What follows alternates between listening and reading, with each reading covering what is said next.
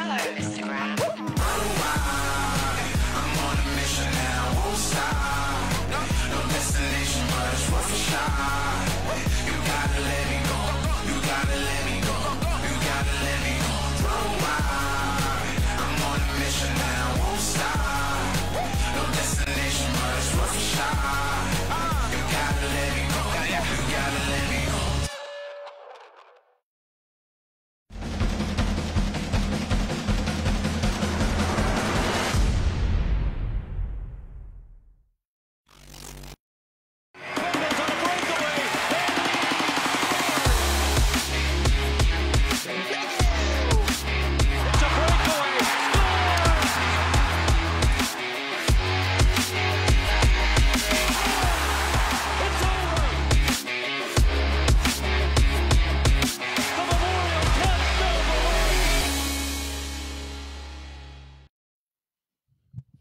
Good morning for those of you out east, and good afternoon for those of you out east. Good morning for you out here in Pacific time, and welcome to the CHL Memorial E-Cup presented by Kia. We have a full slate of e-games for you today. I'm Nick Merrick, joined alongside the beautiful pipes of Dan O'Connor. Dan, glad to have you on. This is going to be a tremendous day of activity. Nick, it's good to see you, and it's good to be back on the air. I mean, for you and I mean, it's been the better part of 8 months since we've last had to call a hockey game. You and I both talking about being a little nervous today before we got on air together, and I'm sure the nerves right now are universal when you think about the players and what they are going through. Watching 22 of these games so far. It started last weekend, and really we've been going full steam ahead. The CHL Memorial E-Cup, it has been very exciting, and really right now for the two players to kind of start today, it's going to be a question of managing nerves early on. It's going to be a question of trying to get off to a good start.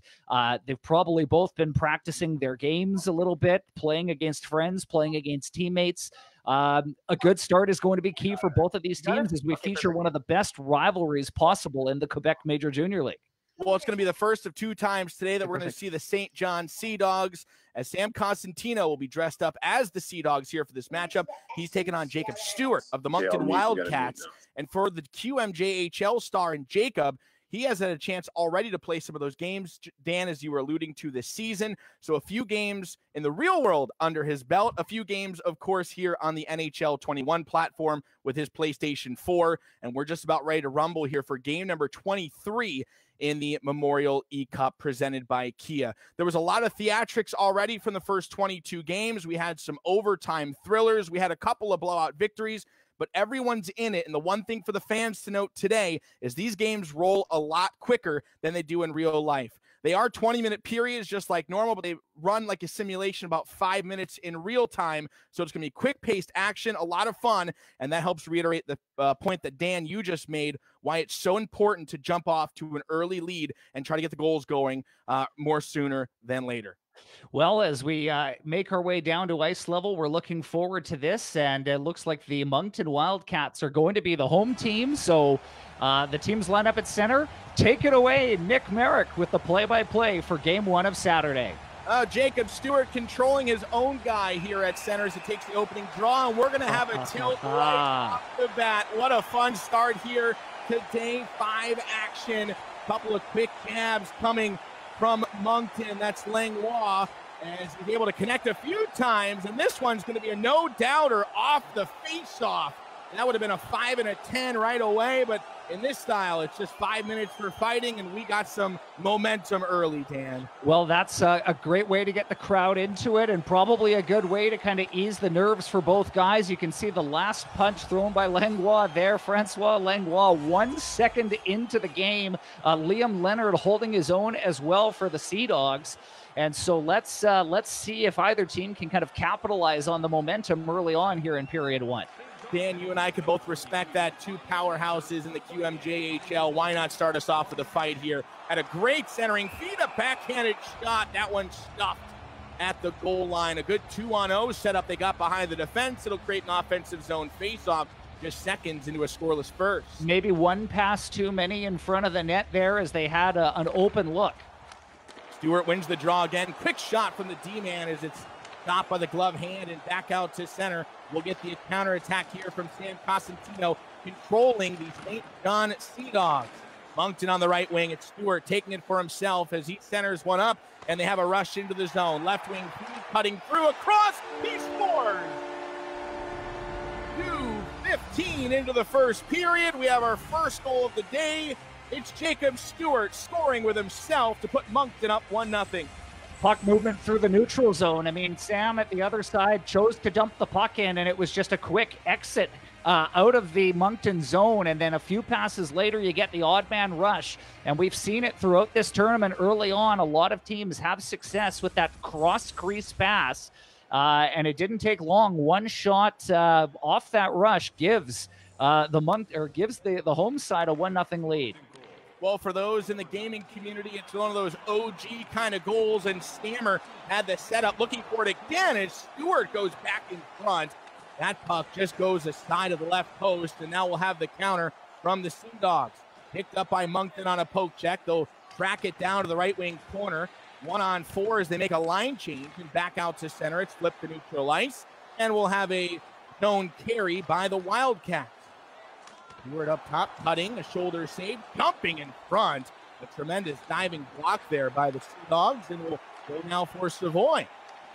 Quick shot, top of the zone, never got through, and it tips through the goaltender and in. A weird one to tie the game up. Cosentino will take it. Put pucks on net, you get rewarded. That's what happened there, Dan. Cameron McDonald, you know what? They don't ask how, they just ask how many. I mean, the puck goes to the slot. Good job by St. John to just gain entry, and it's never a bad idea to put the puck on the net. There was a bit of traffic in front. A screen by the Moncton defender probably made life a little bit difficult for the goaltender to track the puck. And just like that, maybe sort of against the early flow, St. John is on the board. McDonald strikes, and we are tied 1-1. Well, there's the goals that Dan and I were talking about, needing to get them early and often to set momentum, and right away another 2-on-1 behind the defense. as they cut behind St. John, centering up in the high slot and spinning to try to find some space. Now it's the Sea Dogs back out to center. They'll work it through the zones on a shot that's saved with the glove and dished off to the corner. A lot of goaltenders here in this Memorial E-Cup will opt to play the puck rather than taking a face-off. It just helps the team to play that much more, and a 2-on-0 chance. Cutting just missed the net there. Couldn't pull the string quick enough, and Moncton forced to reset. Up ice, an opportunity on the right wing. They'll come across, down low. Good backhanded fake at the goal line. It stops side of the net. A good cutting play. 3 players active in the offensive zone, and now St. John with an opportunity coming to the forehand a little deep, but it goes past the goal line, and Moncton able to take charge. Slides one ahead to center. Pushed it in behind the Moncton net. And up ice on the left side. And it's a chance now to take it coast to coast, all the way down to the goal line. Good diving block there. And the Sea Dogs will come back out to center. Nearly intercepted. Instead, it's worked in to get a puck deep, allowing for a line change. Hit back across. And an opportunity on left slide. That's going to be Daniel.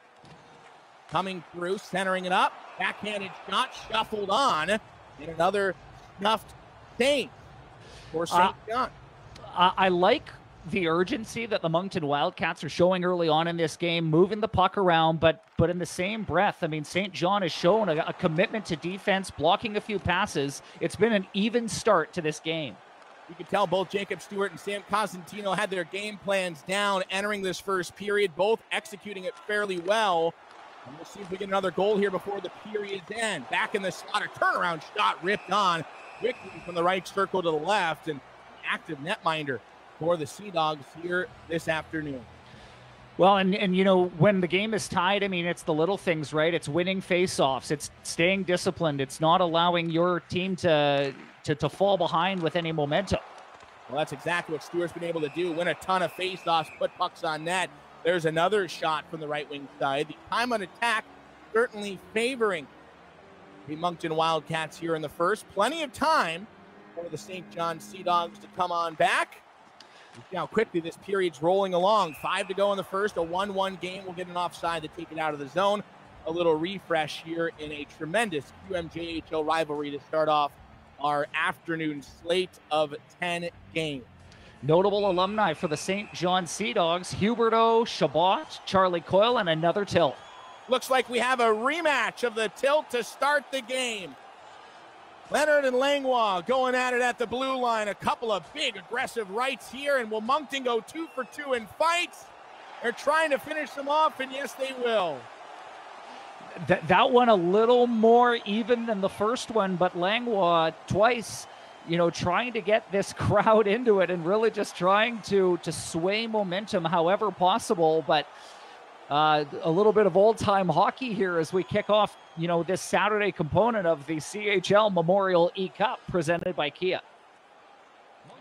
So we'll take the draw just outside of the zone. 4 minutes and 40 seconds to play here in the first period.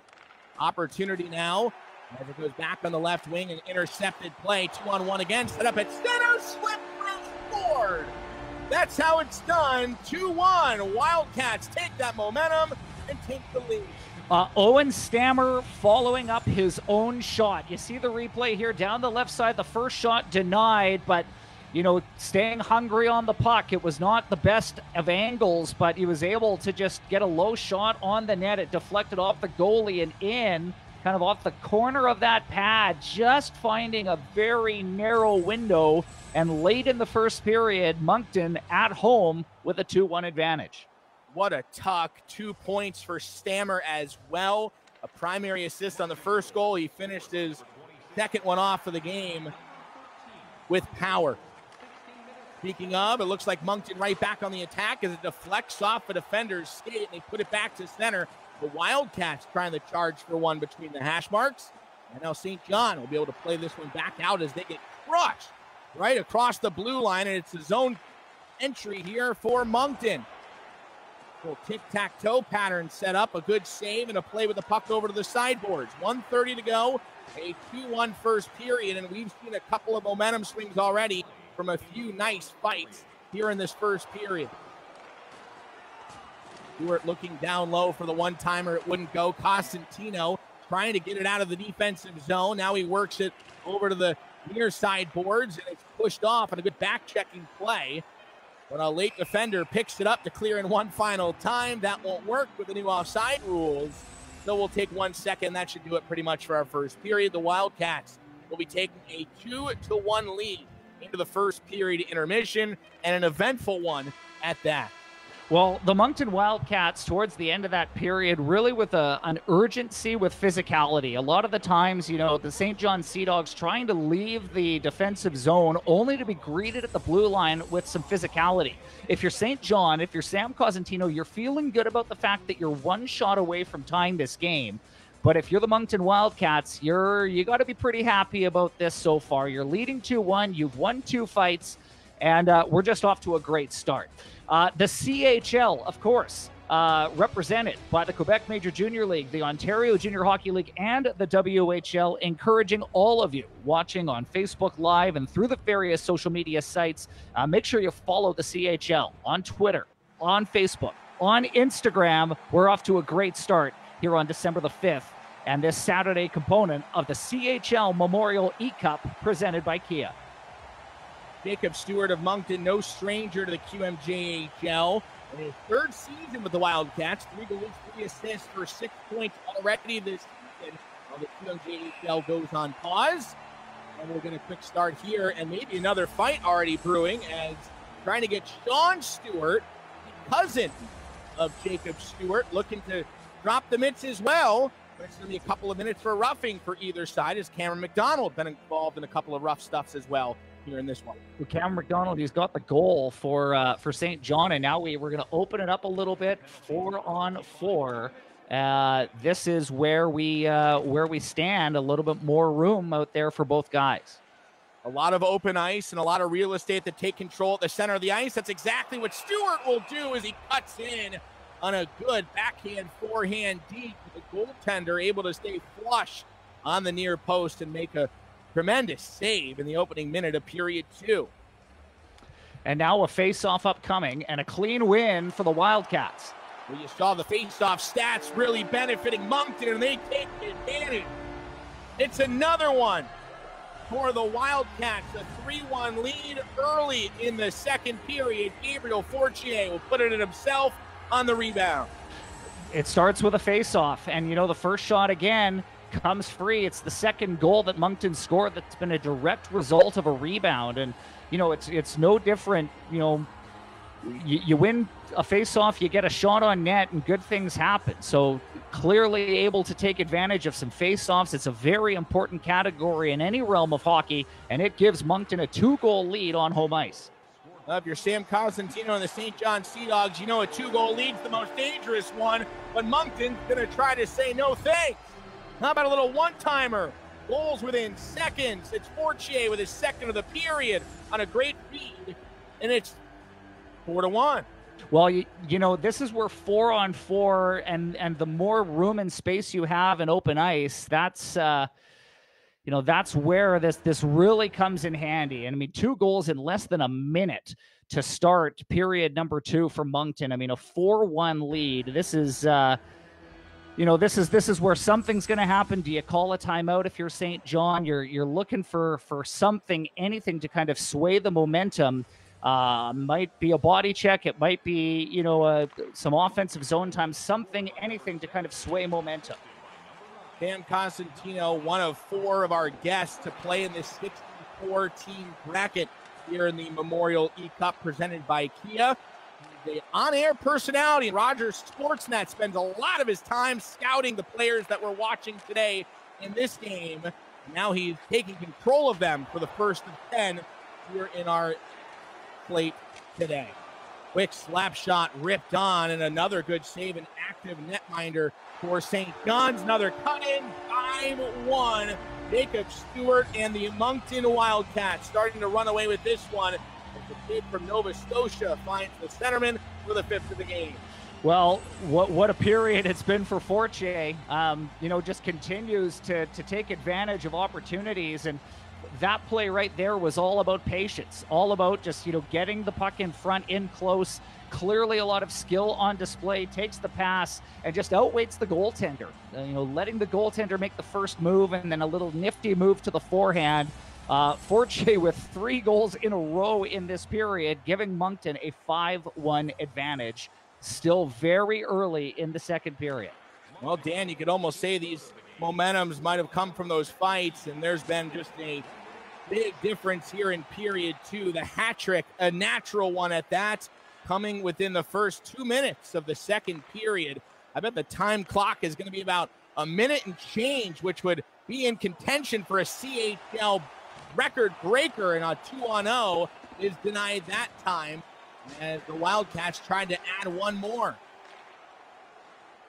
5-1 the score, up the left wing and drop back off. We'll split it through the legs on a pass. And it's sealed off in the corner as they come to center, but the feed just missed, and the Sea Dogs will go the other way. Intercepted puck in neutral ice. Carried across the line and trying to organize left wing, but it's stolen, and the Sea Dogs will work it back up the wing. Taking control right at the blue line, coming to the slot, a deep play. And it's not that goes off the end boards, it's played back behind the goal. Ain't gone out to center. The first of 2 times we will see these Sea Dogs here in our afternoon slate of the CHL Memorial E-Cup. The puck is taken in on the right wing side and bumped off again. Physicality from Moncton certainly paying dividends. Over left wing, cutting back across. How about another? Guess who? One score. It's been the man of the period. Well, you saw the sign in the crowd, the Fortier fan club, and why not? I mean, this very similar to the goal that he just scored. Gets the puck alone in front of the net and makes a move to the forehand. I mean, he's having quite a day. He's certainly looking at.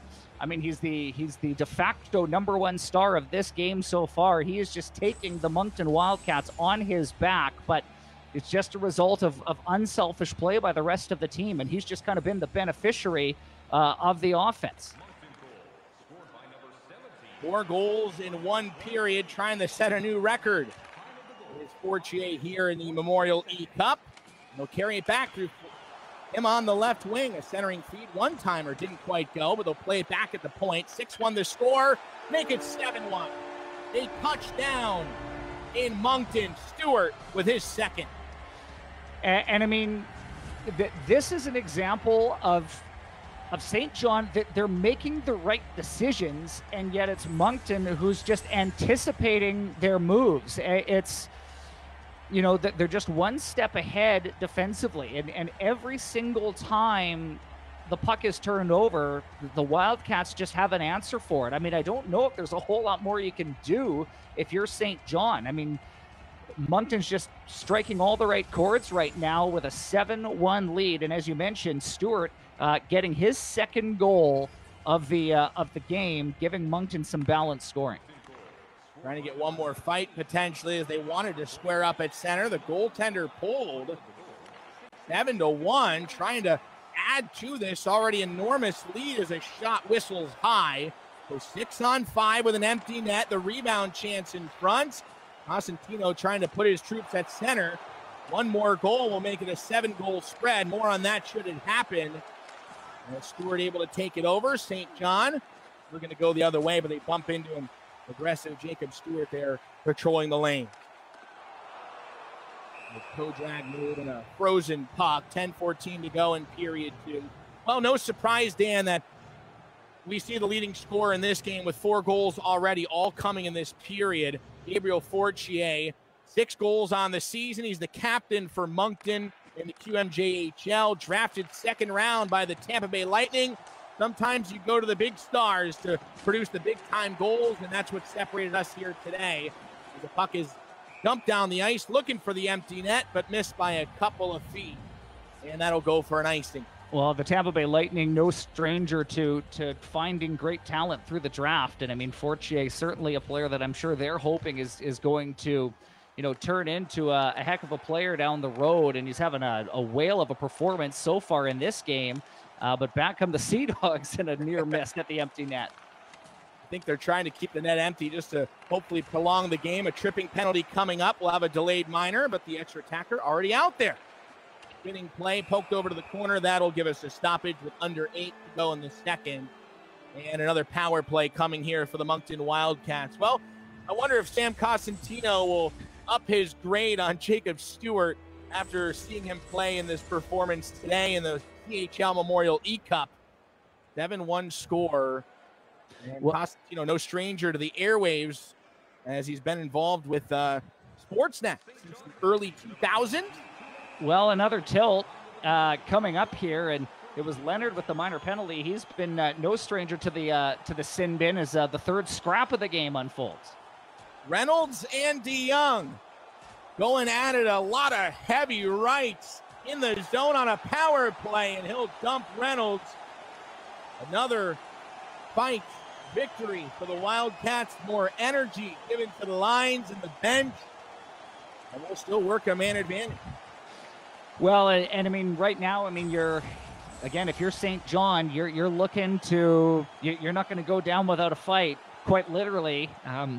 This rivalry is one of the very best in the Quebec Major Junior League, and full credit to to Sam and the St. John Sea Dogs, just really wanting to make sure that they're going to give all they have. You play till the final whistle. Played at the blue line, able to hold the zone just long enough, and they take it all the way to the slot, right down Main Street, unable to put the puck on net. St. John works it out on an angled pass to center. Picked back up by the defense of Moncton, and they'll work it up the wing. Between the legs play, trying to get tricky here in the final 7 of period 2. 50 seconds to go on a power play, and a centering pass wouldn't connect.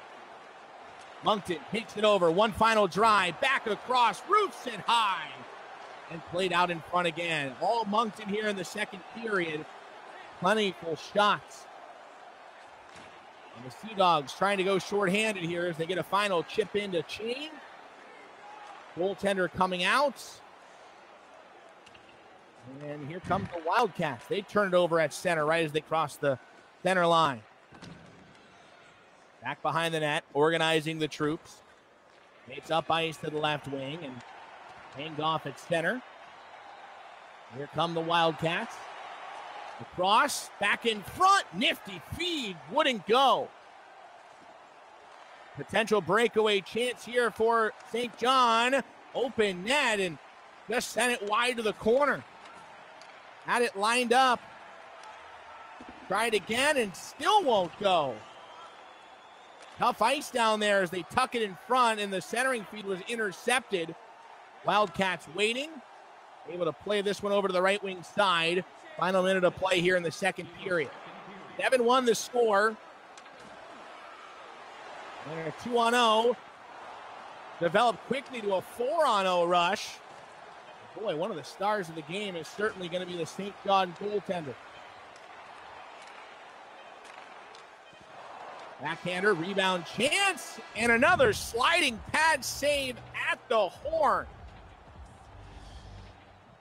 It was quite a period for the Moncton Wildcats, and certainly heading into this final period, really if you're St. John, I mean, it starts with one. You want to try and get some positivity going. You want your bench to feel good.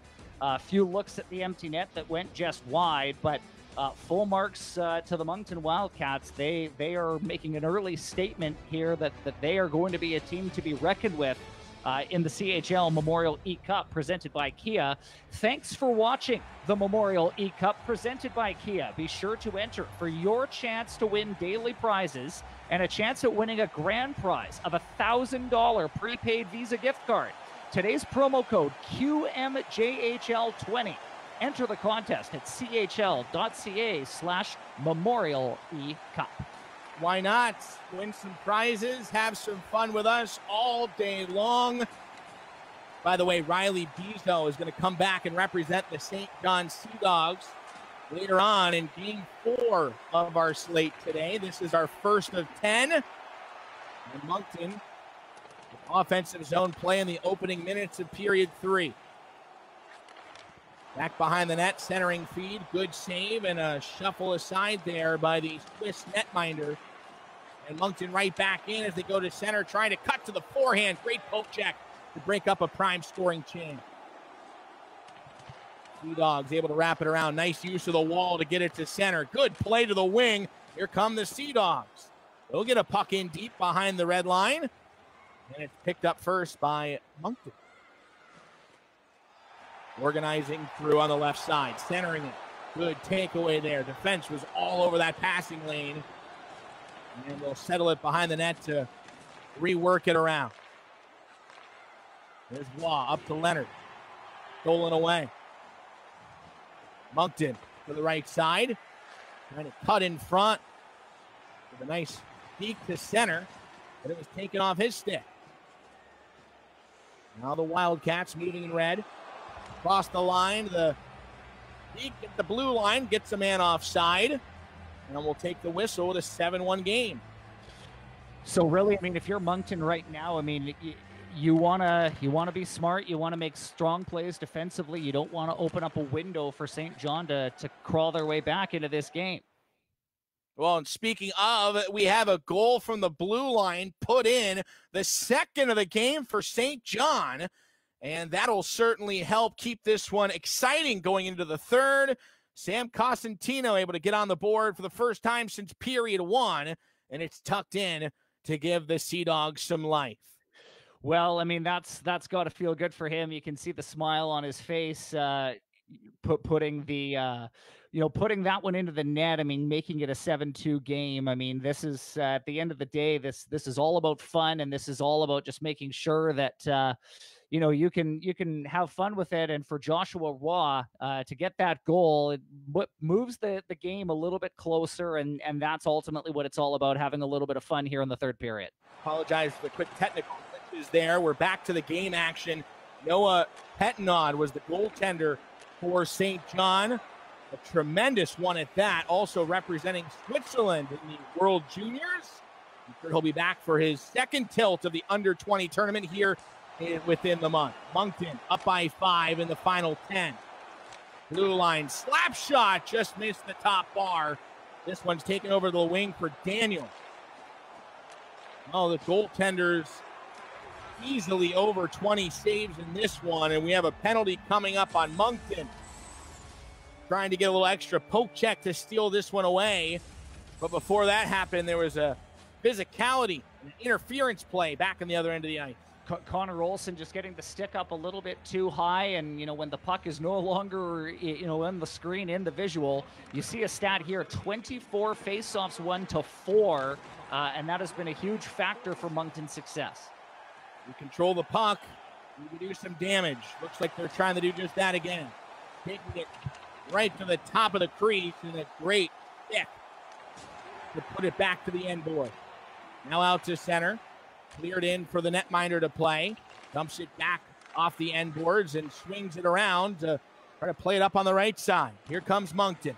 Final 45 of the power play for St. John. Moncton trying to go shorthanded as they protect the puck on the backhand, but couldn't roof it on the forehand wrist shot.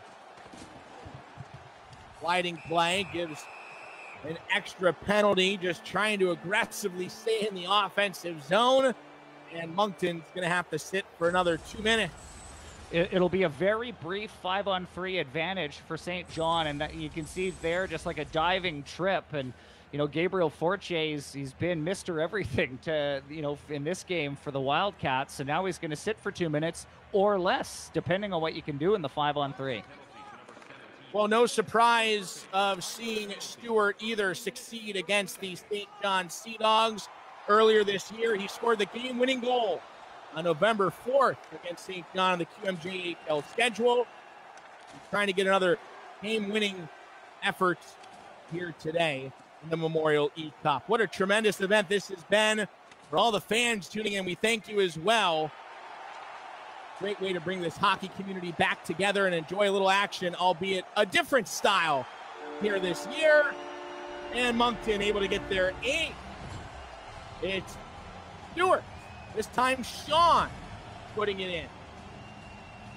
Well, a shorthanded goal for Moncton, giving them a 6-goal lead again. And you know, the impressive thing about the Wildcats attack, I mean, they've scored a number of different ways. They've scored off transition, they've scored off the rush, they've scored off turnovers, and you know, we've talked about it. I mean, St. John has gotten good goaltending, so it's not like you're able to pin this on a goaltender. This is just a solid performance and just taking advantage of mistakes and, you know, again, establishing themselves as a favorite in this tournament right off the hop, given this performance. Without a doubt, as the winner of this game will face the winner of our next game, Peterborough against Halifax. Be sure to stay tuned to that action right here on the CHL Hockey Twitch feed, and of course all the connected team accounts to enjoy the fun. Moncton pulling their goaltender. So it's 6-on-5 with a loose puck and a backhander blocked by a skate. St. John trying to pick it back up. 3 minutes to play here in regulation time. Heavy hit coming across the blue line and a great intercept as the puck was intended down low. Entrance up the right wing. The poke check wouldn't work. Chance now for a spinning play, and it goes back over to Langlois at center. Left wing Stammer across the top line. It's intercepted on a play. They were trying to connect across the dots. And this one goes for another 2-minute penalty. So a power play for Moncton here to end the game as they win a faceoff. Another good save. Petnon able to clear it over to his team. St. John hammered at center. Final minute now. Net empty, 6-on-4. And we'll have one more minor penalty before this one's said and done. Back to the blue line. Wrist shot. Good tip. And played back over to the right circle. Down low again. A little backhanded sweep. Just missing the top corner of the net. And this one's melted for a whistle under 40 seconds to go in an 8-2 game. That's going to be in this with a trip. And, you know, when you've got possession in the offensive zone, you're trying like heck to get that loose puck. It's a very easy thing to do when you're trying to play defense, trying to protect the front of your net. Here comes Sean Stewart, back behind the net, trying to wrap this one all the way around. He will, and another great pad save. Picked up on the wing, centered across. Not blocked by his own teammate. Cosentino controlling St. John will clear. Net is empty, 15 to go. And we'll have maybe one final rush up the wing. Looking to tuck it in, a little backhanded shot, and staying flush on it was Patnaud. A tremendous slide to his right to stay right in front of the shooter and not giving up any lane. Well, another face-off here in the defensive zone, and we'll see if St. John can shut the door here in the final seconds. Puck is cleared, and that will do it for the game. 8 goals scored for Jacob Stewart in Moncton. It's the second highest offensive production we've seen so far in round 1 of the CHL Memorial E-Cup presented by Kia. And this one was taken over from the second period when it was Fortier putting on a show. A natural hat trick, a 4-point game. I'm sure, Dan, he's going to be the star of the game. Without a doubt, no question. And I mean, we'll have a few remarks with Mr. Stewart here coming up shortly. Looking forward to kind of getting into his head and hearing some of his perspective and hearing about the nerves associated with this game. We can. Hello, Instagram. A tremendous effort. Stewart picking up a star for his 2-goal night, or day, if you will. But plenty of fans out there in Moncton. You know it's going to be a night game online. Owen Stammer with the second star for a 3-point performance. He was involved in the first 2 goals of this one. And then Fortier will take the top star nods. 40 total shots, 32 saves. Noah Petnaud, he'll deserve an honorable mention, no doubt about it. And you can certainly see the difference in this game, too, in the time on attack, Dan. 10 minutes plus to just under a minute time. It was all Moncton in the offensive zone in this one. You know what? I think the shots on goal flatter Moncton a little bit. I thought St. John had their moments. I mean, the game at one point was 1-1. Towards the end of the first period, the game was close through the first half. So, I mean, I give St. John credit in this game. They battled hard, but a deserving win for Moncton to start the day. Well, without a doubt, we're going to have a lot of fun moving forward here in the CHL Memorial E-Cup. We have an interview queued up next with Jacob Stewart when we return. Hello, Instagram. I'm on a mission and I won't stop. No destination, but it's worth a shot. You gotta let me go. You gotta let me go. You gotta let me go. I'm on a mission and I won't stop. No destination, but it's worth a shot. You gotta let me go. You gotta let me go.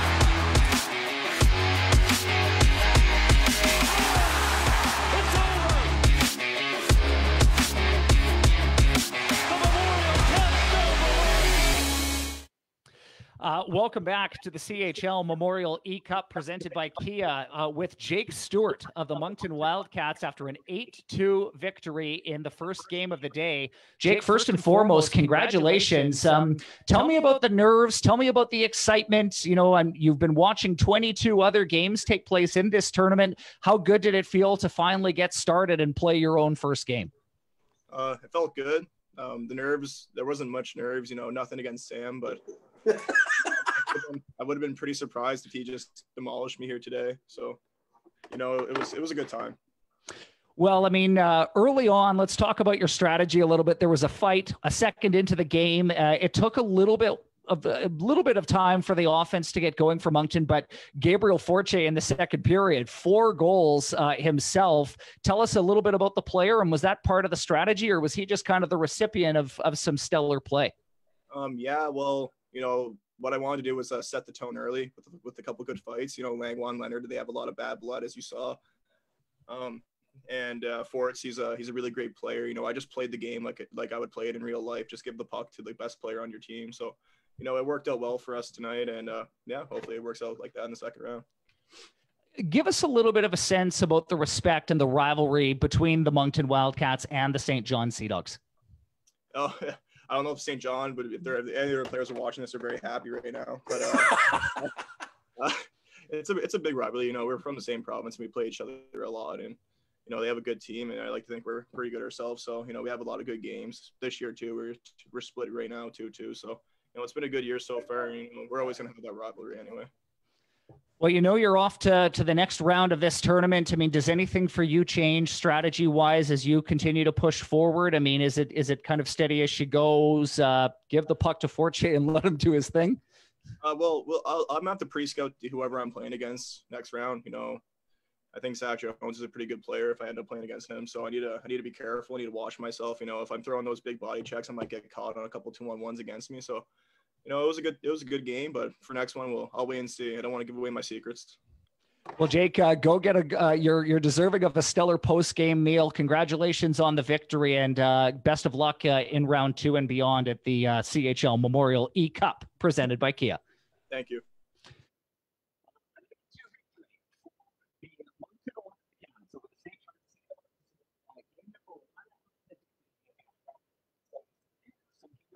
Bit of everything from Jake Stewart as far as game number 1 of the day goes. Nick, if this is the kind of what we're in for all day, buckle up, pal. It's going to be a lot of fun. Well, plenty of goals coming forward then, Dan. Love that interview with Jake, and love the chirping a little bit too. We're starting to see the rivalries really build, and he's exactly right. In the second round, he will face the winner of the game that we are going to be broadcasting next. It's Peterborough, represented by Sean Spearing, and Halifax of Zach Jones. That's coming up next on the CHL Memorial E-Cup, presented by Kia. Hello, Instagram. I'm on a mission and I won't stop. No destination, but it's worth a shot. You gotta let me go. You gotta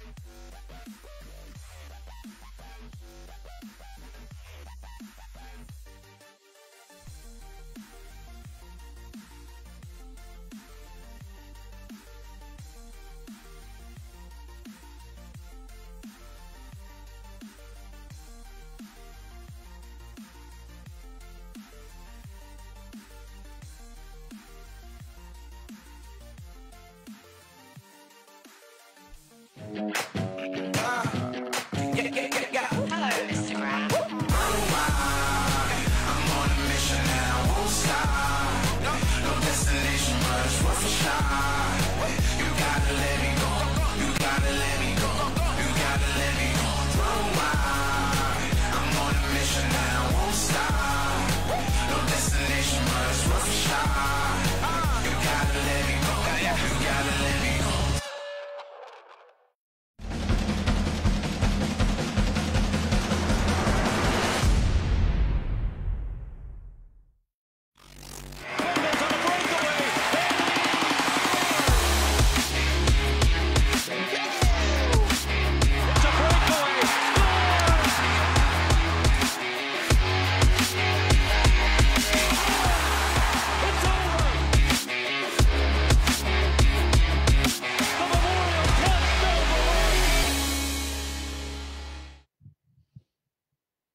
Welcome into the coverage of the CHL Memorial E-Cup presented by Kia.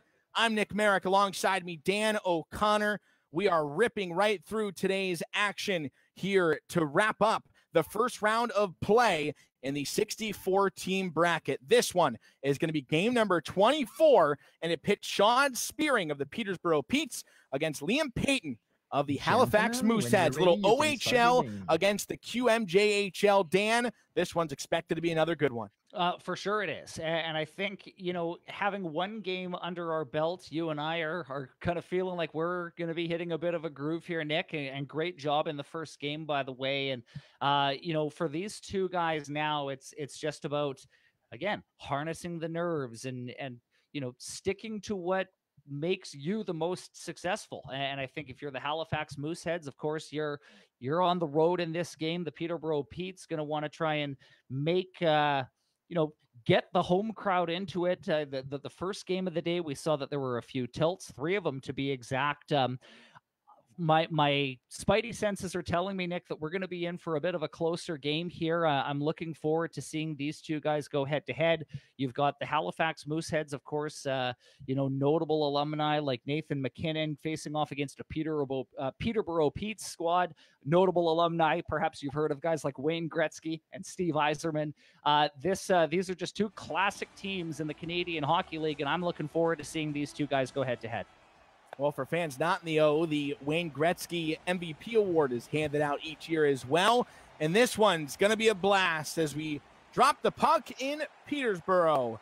Opening face-off, won and taken across the line by the Petes. Petes in the darks and the Halifax Mooseheads in the white jerseys for today's game. Back at the blue line, a quick slap shot trying to get some pucks on net early, and this one's grabbed off in the right circle, looking to cycle it back blue line, but it's intercepted, and Halifax will clear the zone. Over on the near side wall, Pete's charging back through neutral ice. They'll carry it ahead up the wing, looking for the one-timer across the crease, and it's poked away emphatically over to the sideboard. Taken back over and worked into the zone. It's dropped off pass at the circle. In front of the crease, a good save. And the Petes will send it back out. 0-0 score here in round one action of the CHL Memorial E-Cup presented by Kia. And a good takeaway chance between the blue lines. It is brought back in by Peterborough. Worked ahead from Halifax, given a center lane. And this one's waltzed across the line. A little spin move to try to evade the defender as they crawl it back to the blue line and chip one up the right wing side. Taken out to center. Here come the Petes. Halifax throwing three defensemen on him, and a quick shot coming that's answered with the glove side hand of Halifax. Another good block in front. Quick action both ends of the ice between the Mooseheads and the Petes. Halifax surging through, trying to put one on. This one got blocked. A lot of stout defensive play here early in this matchup. Taken over to the right side. Walking his way through and spinning to find some space at the blue line. Shot coming hard and heavy. It's blocked and cleared in front. Quick action here as well. Already halfway through the first period. Here in the Memorial E-Cup, the periods roll a little quicker than they do in real time. And the Petes will walk one in front again. Another great save with the glove, denying the pass across, just trying to get that one through. Take a breath there, Nick. You did well, man. First whistle of the game comes almost 11 minutes into action. Bit of a careful start for both teams, not necessarily a surprise given what we saw in game number one where there were 10 goals scored combined, but I like the start for both teams. We haven't seen any gaffing turnovers, both teams paying attention to detail defensively. Gravel in net for the Mooseheads, makes a couple of saves to start the next face-off, and the Petes looking to cycle back blue line. They'll have to go all the way back to their own zone to reset. Peterborough back on the left wing side, taking it across, now to center. A great block by Halifax. Two evenly matched opponents here to start this period. Looking for the first prime scoring chance that almost came there, but another great block. A lot of tremendous work by the defense in front of the netminders and wearing a lot of rubber. Back over to the right side. Halifax trying to ease their way around as this one goes all the way around the circumference of the boards and will be an icing with 5:21 to play in the first. Territorially, maybe a slight advantage to Peterborough in the early stages of this game, but still not. I don't think we've had a grade A chance yet on either side. Face-offs in the offensive zone can certainly lean to that, but it's a great defensive win this time by Halifax as they work it over to the right side. A centering feed, bang! 1-0 Halifax in the first period, working it from the right wing wall to center, and Gavin Hart gets us started today. Well, you touched on the defensive face-off win, Nick. This was the whole nucleus as to why this happened. You had a face-off in the defensive zone, a few passes up, and then you carry it in on the right-hand side, and it was a cross-ice pass. Gavin Jones, the finisher. And so for Halifax, great to see them getting off to that good start, and it was all because of a defensive face-off win. Puck goes back around by the Mooseheads. They'll cycle it to try to find some space in neutral ice, but a good defensive play in neutral zone, able to intercept one. Another great block by the Mooseheads. Halifax working it out to center. Almost had a breakaway there off the wing. I think a quick trigger sent that one back out to center, and the Petes will try to regroup. 5 skaters back. They'll organize it out to center, angling a pass in front, and this one's going to go for a penalty. It's a tripping minor, and the first special teams opportunity of the game will come in the final 2 minutes of period one. Well, Gavin Hart has Halifax leading this game 1-0, and now we do have the first special teams opportunity of the game, a chance for Peterborough to tie this thing. But Halifax looking shorthanded right off the bat. Little drag play at the circle, trying to delay and get the defender to shake off his hip. He'll do just that as they spin in the corner and tuck it across the rink for the feed to the left side. Taken down to the corner. It's up ice by the Petes. Trying to start their power play unit to set up. From the circle to the blue line, walking in, goal line feed to center, and the one-timer just missing wide as they cradled it again in front. Gravel, a great stop, a positional save in the final 40 seconds of this power play. Big save by Gravel there. A lapse in coverage and a turnover resulted in a sort of a 2-on-0 from inside the face-off dot, and a big save made to keep it 1-0. Quickly from D to D and down to center. Peterborough trying to force one across. Final 7 seconds. See if they can get one final shot to take us to the intermission. And they will. Tying it on the power play. A rip of a shot. It's Brady Heinz. And I mean, that is as clutch as it gets. You've got the power play time winding down in the period. And it was nothing fancy, but it was just a shot from the left wing circle, a right-handed shot, able to sneak the puck, past the glove of Gravel. So Peterborough tying it up late, and we are all squared after one period of the second game of our day here at the CHL Memorial E-Cup, presented by Kia. If you have not already, go to Facebook, Twitter, Instagram, and make sure you are following the Canadian Hockey League. Of course, represented well by the Western Hockey League, the Quebec Major Junior Hockey League, and the Ontario Hockey League. We are tied 1-1, 4-4 were the shots on goal in that opening frame. We are dead even so far. Why not put the veteran in a spot there to succeed? The goal coming there by Heinz, over 240 games played in the Ontario Hockey League. Brady able to do a great job there of roofing the puck, squared up at one. And Dan, this one's already set for a phenomenal game. 1-1, two evenly matched opponents. Back to center ice, see if any adjustments were made between that quick break. But this one's going to be all about controlling the offensive zone and seeing which side can get some more traction towards the net. Across it comes. Gravel, been active on that glove side today. He makes another stop, and it's quickly worked along to the left wing. Trying to peel off, cutting back in front, and a jammed play towards the blocker's side. It's stopped. It was Hunter Jones able to deny. And the Petes will reset in their defensive territory. Quickly out to center, scurried across the line, holding backhand. Now we'll send it blue line. And the Petes will funnel it down low for a cycle play behind the net, trying to activate the wall play as this one's taken away with a couple of sticks in the lane there for Peterborough, and it's pushed ahead and now dropped back off to the defense. Swung over left side to the circles, back in front. The defense just got a stick on, and the centering bid again won't quite go. Trying to feed one over to that far post. Instead, it finds the end glass. And Halifax working it high. A lot of players on. And two big saves again for the Petes. We are 6 minutes and 30 seconds into the second period, tied at one aside, but that is no more. Across it comes, and the Petes with two in a row as they slam home the second of the game.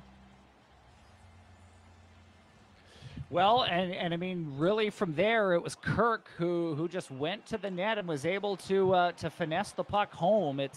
We see it so many times, so key to be able to get the goalie to move from side to side. That cross crease pass, I think it's a real key for anyone to have success. Peterborough, they're up 2-1. Liam Kirk, the alternate captain for the Petes, able to give his team the lead here at the midway point of regulation. And it's our goal scorer in the first period, Heinz, able to carry it ahead.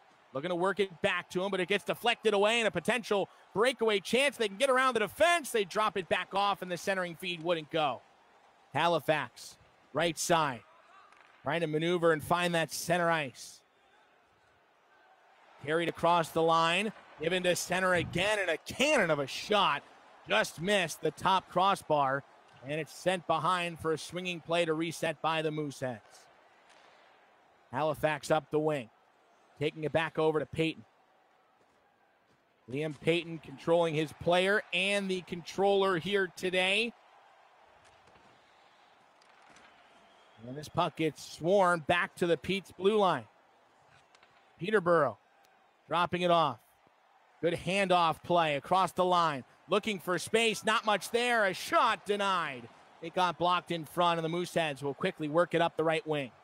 2-1 score, final couple of minutes of the second. Trying to drag it across, the one-timer will go. This game tied at 2, back and forth hockey.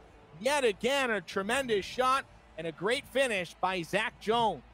Well, it was Penton down the left side that had the rush, and what Penton did to draw the defender is he faked the shot.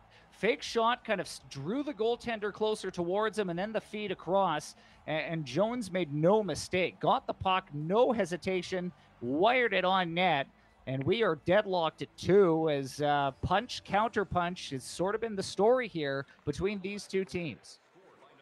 Well, Jones had a tremendous rookie season in the QMJHL. Lone American on the roster as well, nets it at 2 aside. Great play for the Mooseheads.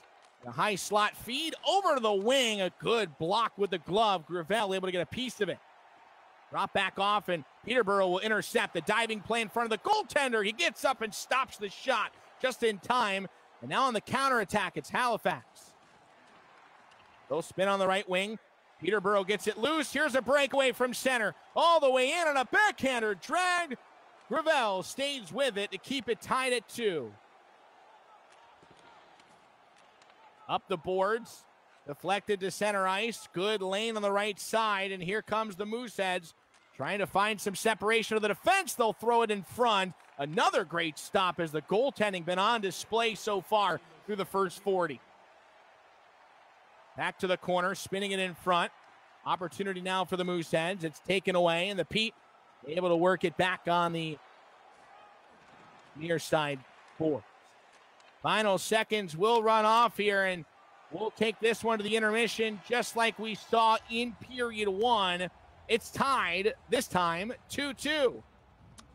This is shaping up to be a truly exciting third period. And, I mean, I'm sure the statistics are going to show a very evenly played period yet again. And, you know, neither team able to fully grab the momentum of this game, but goaltenders at both sides making key saves. I get the sense that there's not a whole lot of difference. There's an incredible parity between these two teams in this game. Shots on goal were 10-9 through 2 periods in favor of Peterborough. So really, who's going to make that costly mistake, or who's going to rise to the occasion and make that one extra play? I do not see this third period being a blowout per se. This is going to be right down to the wire, as we've seen really through the first 40 minutes of action between Peterborough and Halifax.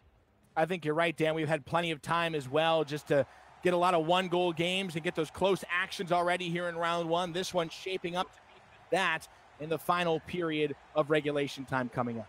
Right. And Nick, right before we get going here, thank you to everyone for watching the Memorial Cup presented by Kia. Be sure to enter for your chance to win daily prizes and a chance at winning a grand prize of $1,000, a prepaid Visa gift card. Today's promo code QMJHL20. Enter the contest at chl.ca/Memorial E-Cup. Who doesn't love some free money right before the holiday season? Tie game here inside the Pete's Arena as they'll take it across to the right wing, get to the circle, centering pass. Another stop from the goaltender, Gravel. Taking it out to center. Halifax trying to move it through the zones as they come over to the right side. Again, it's Liam Payton controlling the players for Halifax. Sean Spearing on the other side for Peterborough. In the corner. It's taking control, and the Petes will work it back up the bench area. Coming to center. Trying to look for an option. Nothing quite develops. Now it's stolen away, and a stick-checking play eventually won by the Petes. Peterborough back to center. Now to the blue line play across, looking for room. Snaking their way in towards the net. and worked to the goal line, eventually bumped off. Back over to the right side, centered. Good shot block. The shot blocks today have certainly been a key in this one for both teams, really trying to deny those prime scoring chances. And right as we say that, there was a great stick on the ice before that one was whistled to a halt to keep it tied at 2. Well, and just playing defense in front of the net, it was Cameron Wynot, the defenseman for Halifax, just preventing the rebound to go to the Peterborough player. Halifax up the left side. Good drop pass to get some separation. Back to the wing and now to center. Right side. Here's some movement. A one-timer and a sprawling save. The best of the game so far. It's Peterborough robbing at the near side post. An aggressive dive. I believe that one is Jones in net for the Petes. And they'll pick it back up in the offensive end. Peterborough now to center, putting it down low, looking for the one-timer back to the circle. Might have had a chance there for a good backhanded look. Opted for the pass instead, and it pays off. A rip from the blue line gives the Petes a 3-2 lead. Well, you see it all the time, don't you, Nick? I mean, a beautiful save at one end, resulting in a goal at the other. And that time it was just puck movement to the outside. And after some puck possession, it was McNamara from the right wing point that was able to sneak that one through. Matt McNamara has given Peterborough a 3-2 lead. And Peterborough not opting to settle back. They're trying to fuel the offense for one more. Get a little cushion here in the final minutes of period 3. We could feel the sweat dripping from here as the shot goes high of the bar. Halifax on the right side looking to settle it down. They get it back to the blue line. A cannon shot. That is Jones making another quality save. And the Petes will scurry it out along the left wing side. Now to the circles. Gravel will deny one. 5:23 to go. Both teams with their timeout still to use. We'll see if that's going to be a choice here in the final moments of this one-goal game. Well, and face-offs again becoming even more important, and that's a big defensive win for Halifax. Couple of key defensive zone victories. Last time it led to a goal. Can it here? Right wing across. What a save again. Hunter Jones highlight reel in display today. Well, that's Jones coming up with a big cross-crease save. I mean, Hunter Jones, you know, he's drafted by the Minnesota Wild in round 2 of the NHL, and that was a game saver, perhaps, keeping his team ahead. Peterborough brings it across the line, tries to spin one back to the high slot. That over to the wing, and here come the Mooseheads. A spinning deke to get a shot. It generates onto the right shoulder of Jones and bumped off between the blue lines. Here comes Halifax trying to set something up. Didn't last very long. Pete's back across. Trying to use the screen to the defenseman. Nearly worked, but the puck scurries a little high and wide. Payton dumping it into the corner, trying to chase down his own feet in. Allowed to make a line change there with the puck in deep. Final minute of play here in regulation time. Halifax needing a goal to force overtime. They'll work it on the right side. Now to the circle, cutting through, and the one-timer just missed there. Saw the shot come, but the puck didn't quite make it there. And Halifax will go back on the left wing. Final 40.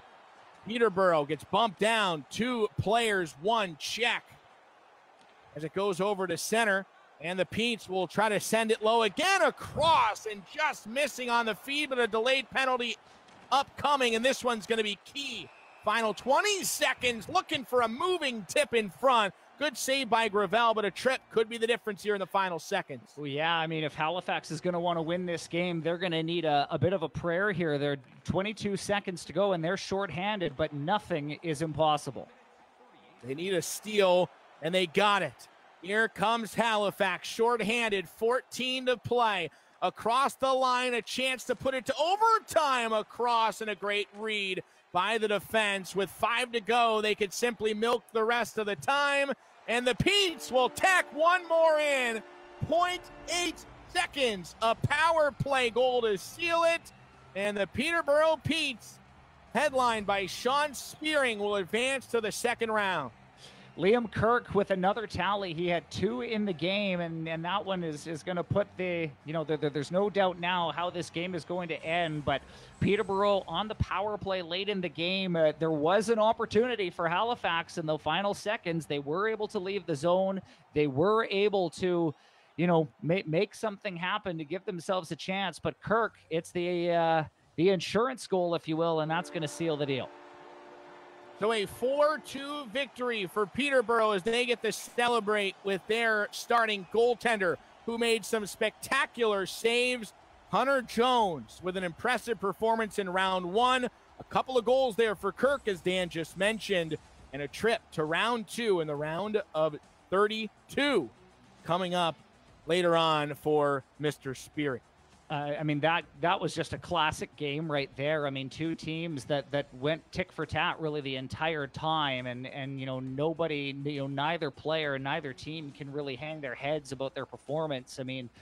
Both goaltenders make great saves, a few timely opportunities that Peterborough was able to convert on, but you go into the third period tied. Often it does come down to one key play, and Peterborough narrowly outshooting Halifax 15-14, able to hold on to the 4-2 win. Well, Sean Spearing taking the third star of the game with his 3 assists. We will be joined with him in a moment as Dan will catch up with him. And Dan, I would love to hear from Sean too about that first period goal on the power play in the final 10 seconds. If that kind of helped give him the jolt and momentum, because it seemed that way. Once he got that first one, maybe a little bit of relaxation on his end. A couple more goals came quickly after, and it was a back and forth affair throughout this one. The statistics virtually similar. Passing percentage, shots, hits. The difference coming on the power play. 2 for 2 for Peterborough. The difference against Halifax in round 1 of the CHL Memorial E-Cup presented by Kia. We'll give you that interview once we return, and plenty more action today. Stick with us. Hello, Instagram. I'm on a mission and I won't stop. No destination, but it's worth a shot. You gotta let me go. You gotta let me go. You gotta let me go. Run wild. I'm on a mission and I won't stop. No destination, but it's worth a shot. You gotta let me go. You gotta let me go.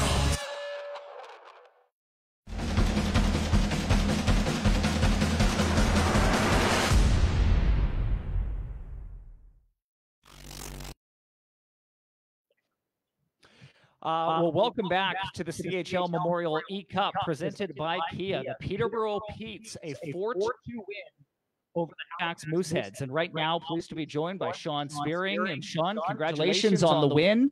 It was a nip and tuck game, back and forth the whole time. No real sway in momentum until the end, but take me into the first period. A late power play goal for your team, maybe settle the nerves a little bit. How much or how big of a factor was that goal for you? Yeah, for sure. It was huge. Brady Hins actually texted me before the game. He said, "You better score a goal for me." So I was definitely looking to score with him. And yeah, it was a huge momentum shift. Tell me about the nerves going into this. You've watched 23 other games take place before yours. I know you've been probably talking to some of your other pals in the OHL and even teammates.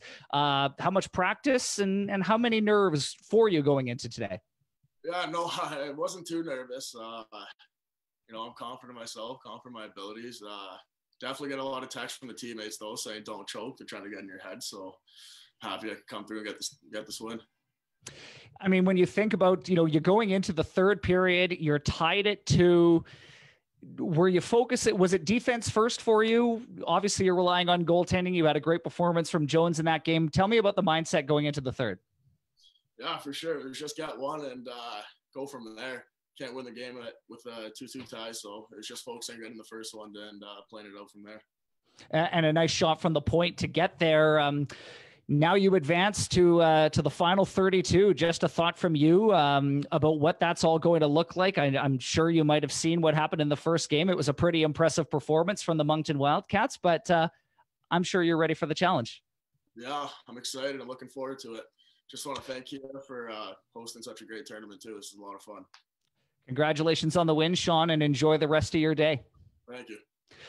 Sean Spearing, victory for the Peterborough Petes over the Halifax Mooseheads. So the 2 games are in the books. We've got 8 more to go today, and a thrilling 4-2 game for to really kind of get us excited, to wet our whistle a little bit here. Nick, you're doing a great job, and we've got some more excitement down the pipe. We're going to be back at it here soon with Game 3 of the day. Well, the fans know it too. They're with us in full force today.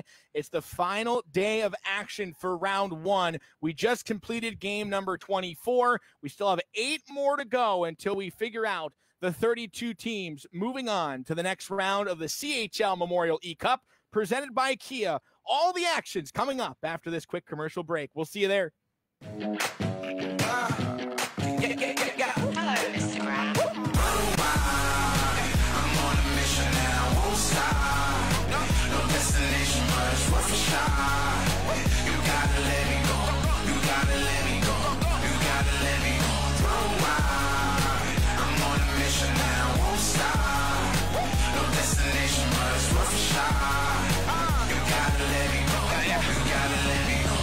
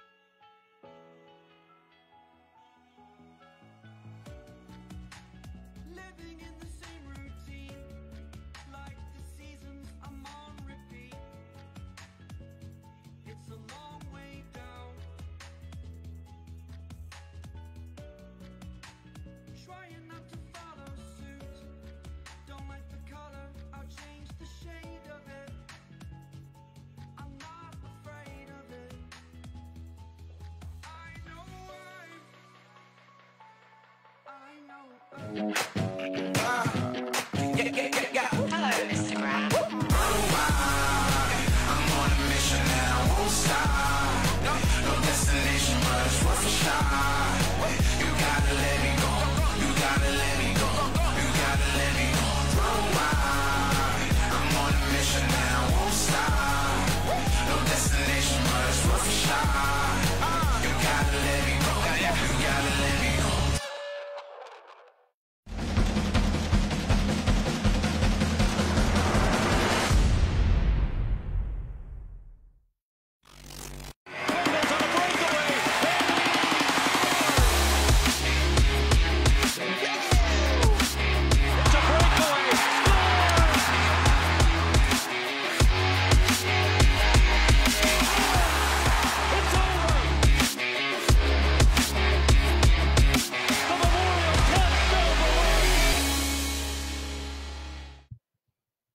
The action continues in the CHL Memorial E-Cup presented by Kia. We're wrapping up our round one play in a 64-team tournament, or I guess we should say 60 teams, 4 special guests. We're seeing one here today.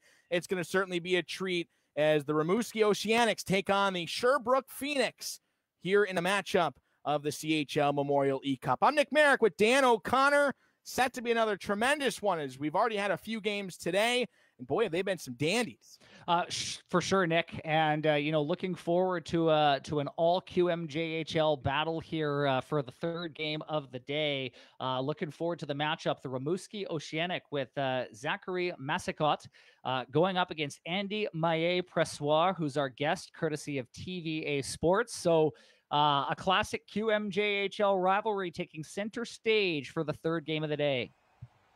The Oceanic against the Phoenix. We will drop the puck at center ice, and a good one set for this early afternoon. Puck taken quickly into the offensive zone and across for the one-timer.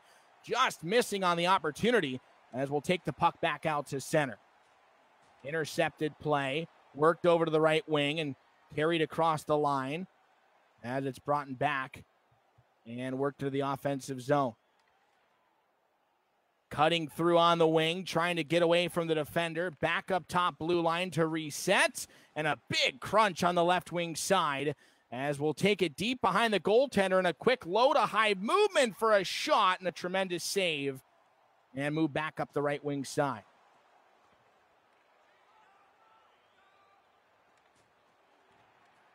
Into the attacking end. A lot of defense and physicality early on here in period one. 15:40 to play, looking for a one-timer that comes, and the netminder gives it up as the Phoenix able to swing one back around to the short side. At the benches, now rink wide, gaining the line and taken away. Played back to the corner, intercepted play. Massicot will move it ahead, and it's brushed now to center. Opportunity for Oceanic. They turn it back over. Sherbrooke in white, Oceanic in blue. And this one's carried back into the zone. No whistle yet here in period one play. A scoreless game between Rimouski and Sherbrooke. The top QMJHL opponents going head-to-head here in round one of the Memorial E-Cup. Back across the blue line, trying to drop it to the trailing man, but it might set up a breakaway. We'll have just that from the wing to center, holding backhand. Great back check to intercept, and we'll take it the other way. Little toe drag move to get around the defense. A shot in front blocked, and where's the puck? It's found by the goaltender who plays it ahead. Still no whistle here in period one, halfway gone. Over on the wing, spinning it in front, just missed the open stick of the centerman. And it's moved along by Rimouski. Cutting to center once more. Grabbed off. And thrown around the boards all the way to the near side and back to possession of the Oceanic. It was Isaac Beliveau, Nick, the defenseman, number 58 for Rimouski, who busted up that breakaway. The best chance we've had so far in the game as finally you get a bit of a whistle for an icing. But 13:05 until the first whistle, but some clutch defense courtesy of the Rimouski Oceanic, busting up a breakaway and keeping this scoreless. Andy Mailly-Pressois controlling the Sherbrooke Phoenix. He just took that slap shot from the top of the circle. A good save on the other end. Zachary Massicott, 65 points in 139 career QMJHL games. He's controlling Rimouski. Back out to center. Able to intercept here. Across come the Phoenix. And this one's ripped back the other way. Now all the way down to the corner, and a spinning shot off the side of the net comes in front and gathered quickly by the Phoenix. Now an opportunity on the other end. Back and forth we go here in period one. To the blue line and out. Trying to get a little poke check to swing it behind the defense.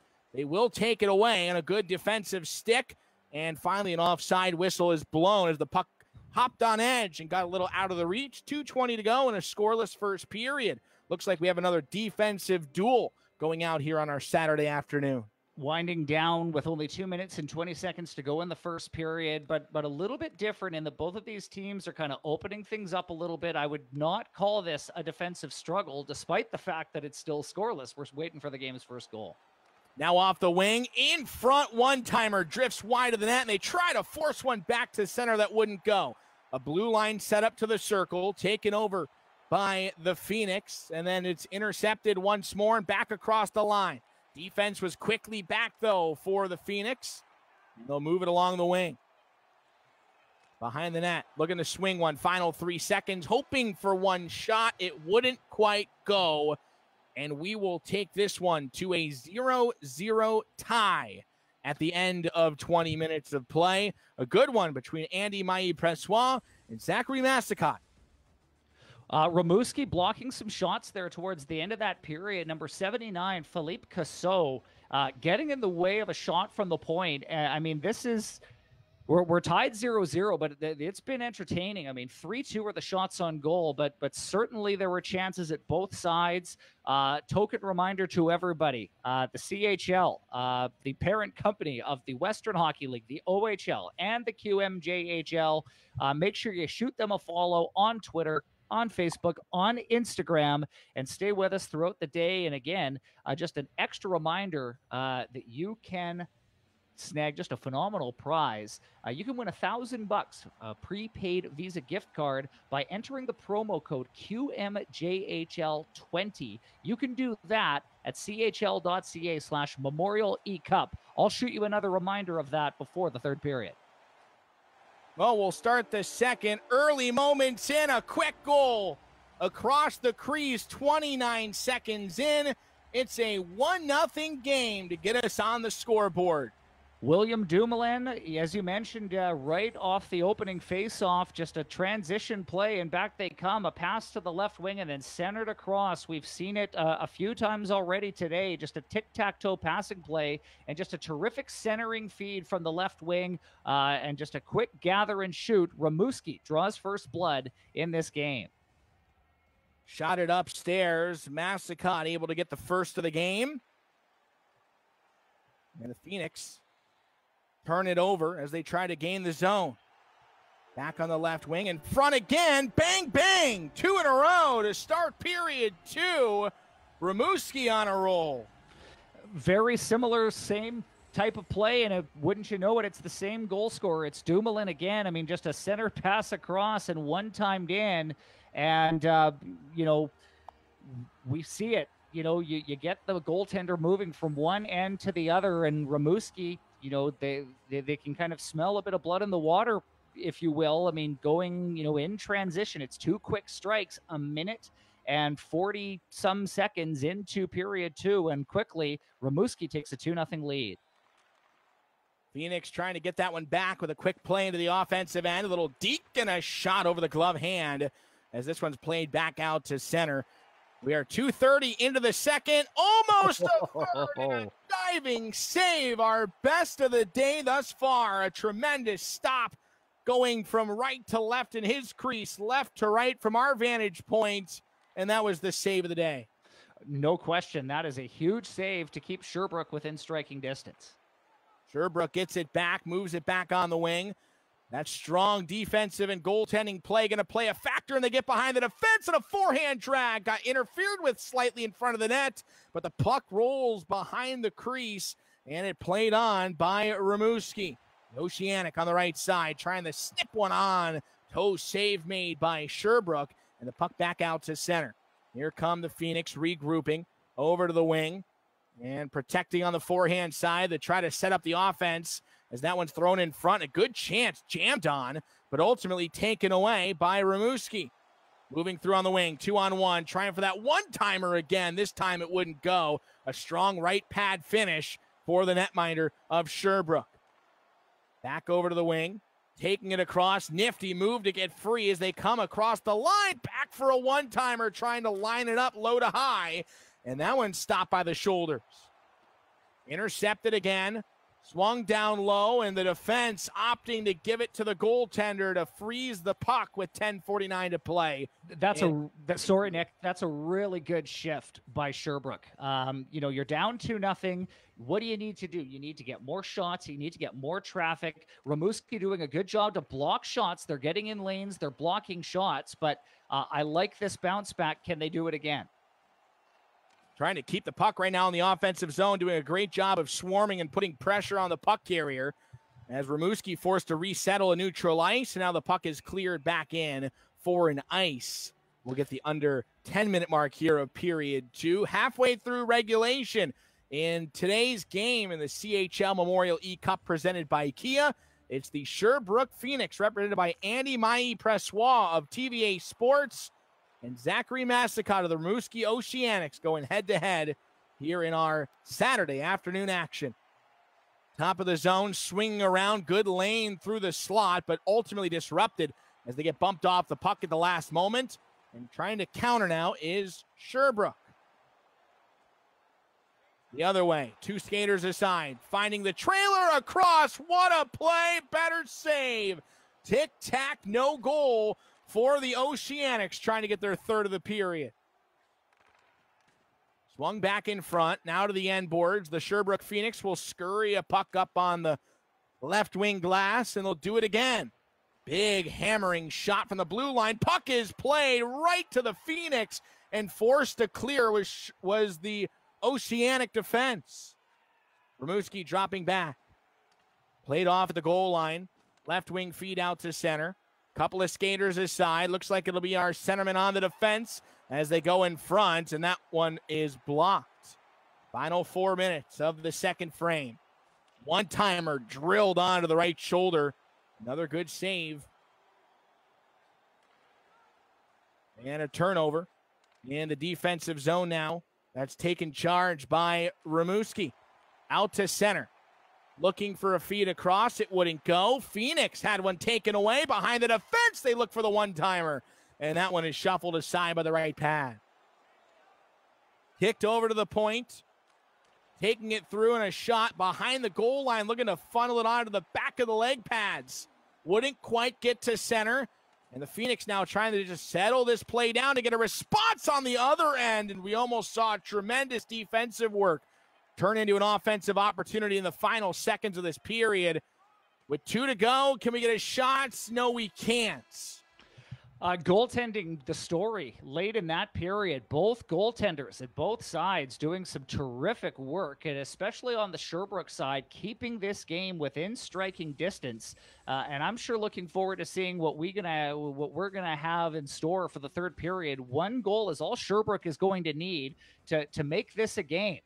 Thank you, everyone, for watching the Memorial E-Cup presented by Kia. Be sure to enter for your chance to win daily prizes or a chance of winning a $1,000 prepaid Visa gift card. Today's promo code, QMJHL20. Enter the contest at chl.ca/Memorial E-Cup. So Rimouski controlling the puck in that period, seeing the numbers on your screen up in their favor, doubling the shots on goal, more than doubling the face-offs won to get that puck possession. But the time on attack reads otherwise. Sherbrooke with the advantage there, and as Dan said before, they're within striking distance, 2 down, get a quick goal here in the third period. All of a sudden, the Sherbrooke Phoenix and Maï Pressois will be right back in this game. We'll see how this one's going to finish up as the face-off. First one by Rimouski. They put it in the nets after the whistle on the icing, trying to get someone to go, hoping for an early fight in period 3, but that will not happen. Well, now a defensive zone face-off for Rimouski, an opportunity maybe for Sherbrooke to win the draw, but it's Rimouski with a big defensive zone draw to get themselves out of harm's way. Won 80% of the face-offs already today, and a quick shot and a backhander got the goaltender going the wrong way. The third of the game for Rimouski. We've seen it a few times today already, and shocker to no one, it's Dumoulin who just seems to have the Midas touch in this game. But we talked about winning your draws defensively, and very quickly it does not take too long to go up ice, especially with how skilled these players are. Dumoulin has all 3 goals for Rimouski as they now lead this game 3-0. Dumoulin putting himself in prime scoring position right in front of the nets.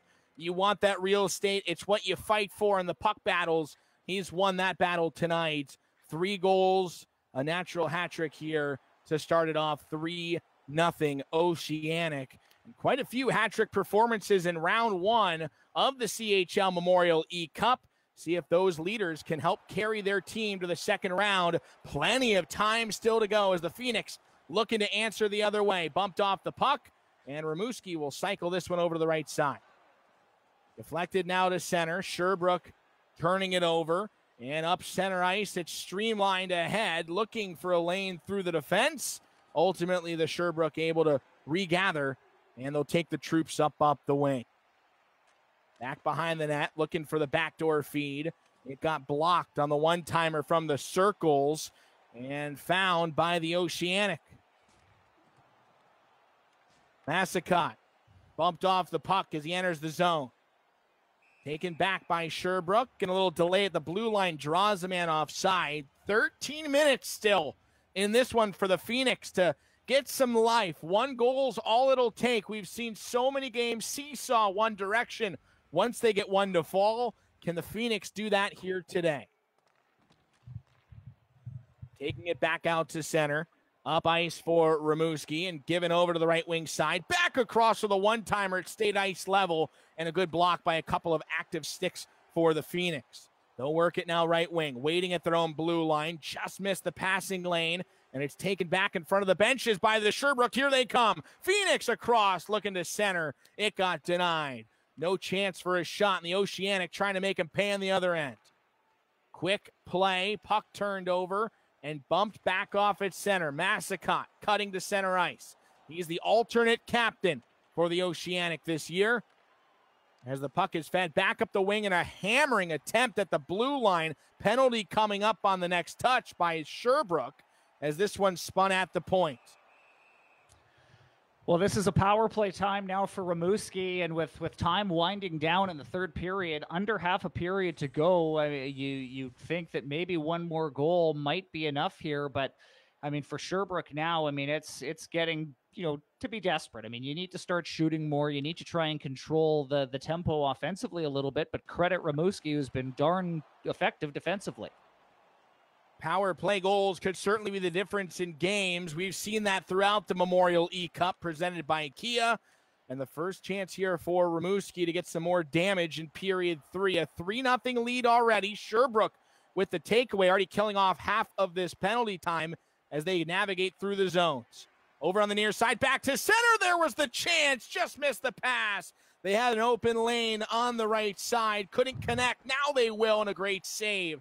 So some short-handed opportunities to get back in this game. That's what you need if you're Sherbrooke, and a good save on the other end of the ice to keep it within reach. Well, I mean, you saw that save. I mean, that was the window right there, I think, for Sherbrooke. You get a point-blank chance. You're short-handed, and the Rimouski goaltender, O'Day, I mean, just standing tall, making the save, and keeping that 3-goal advantage. That puck goes in. We're talking a much different feel of this game heading down the stretch. Over to center. Puck just missed, and this one will go for another stoppage. While we get a break, take a look at our guest. One of four here, Andy Maillet-Pressoir, much more than just your TVA sports personality. He does so much in the community, helps raise funds for Montreal's Maison de Haiti, which is a community and cultural organization devoted to education and integration of new Canadians. And he's also an ambassador for Cystic Fibrosis Quebec, a provincial organization dedicated to raising awareness, fund research, and supporting high-quality care of cystic fibrosis. So the game might not be going his way today, but ultimately the game of life he is winning in. A tremendous job in the community as well for Andy. Our tip of the cap to him for his work and all the work of our fellow competitors here in the CHL Memorial E-Cup. Still a power play for 1:05 as we take this one in neutral ice. Rimouski on the draw, though, win it back. Still a man up for 60 seconds. Centered, one-timer goes 4-0 from the left circle to the right wing quickly and put in top shelf. A power play goal to give a little extra separation. It's Martel with his first of the game. And that might be the backbreaker right there for the Sherbrooke Phoenix. I mean, we go back to a few moments ago, that shorthanded point-blank chance that the Sherbrooke had. That puck goes in. All of a sudden, it's a 3-1 game, and the momentum changes. But I think the X factor really in this game, I mean, other than the Dumoulin hat trick, has been the defensive detail by Rimouski. I mean, not allowing a ton in the way of grade A chances, and then it's almost kind of a patient attack, and that was the example there. Another goal where you go cross, from one wing to the other. Not a whole lot the goaltender was able to do on that one, and now you've got 5:20 to go here in period number 3. Martel gets the first non-Dumoulin goal of the game for the Rimouski Oceanic, and now it's 4-0. Right, you are there, Dan, as well, and just the patience paying off to find the passing lane to set up those golden opportunities. Martel cashing in, 4 to go, up by 4 is the Oceanic, as Sherbrooke trying to get their first of the game. They work it deep in the offensive zone. Delayed penalty coming up on the Oceanic. They'll touch the puck, and this could give the Phoenix a little life. Late in the game, we've seen it happen before. Just got to put one in quick here on the power play, and the Tides could certainly tip in their favor. Well, let's see if they can win this face-off here and move the puck around. You've got a little more room. You've got the extra attacker. You know, shades of Coach Q. You might decide to pull your goalie in the event you want to give yourself a two-man advantage. We'll see how creative the Phoenix can get here in the final minutes. Sherbrooke now controlling the puck, though. Moving all the way down the ice into the offensive zone, taking it off the wing and curling back to center. Good room to shoot, just missed wide, and a chance in front, tucked onto the lower pillows of the Oceanic netminder, and this one spun across and intercepted with a good stick. Couple of great looks there on the power play, just couldn't quite get him to go. A little bit forced, not too much, but trying to find the lane to open up. It might, here it does, and he scores. A power play goal for Tardif. Tucks it in on the near side post, and Benjamin Tardif negates a shutout for Rimouski. That's a deserved goal, Nick. I think Sherbrooke has played well enough in this game to not get shut out, and I'm happy to see them on the board. And that one right there was just good patience and waiting for the defender to commit, and then a centered pass across the ice. Tardif able to one-time it in.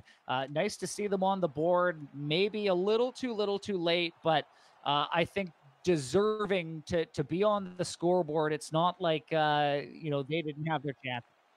Both teams with a power play goal, and we'll have one final special teams play to wrap this one up.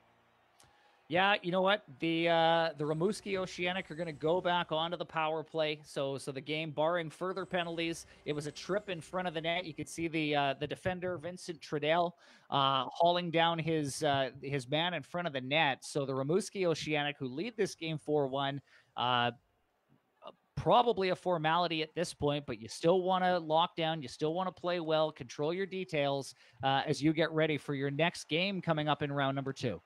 It gets intercepted. They throw it across the crease off the goaltender's pad and back to the left wing side. Rimouski trying to pounce on possession. They'll finally gather it at the blue line, and walking in for a wrist shot snapped off the end glass and curls it back around for Sherbrooke. Phoenix trying to counter. Here they come shorthanded. They take the body and absorb it, work the puck over to the side of the circle, and spin one back out to the safety of their own zone. With 15 seconds to go, we'll see if we have time for a final rush. An aggressive pass to work it up ice. Here come the Phoenix in the center lane.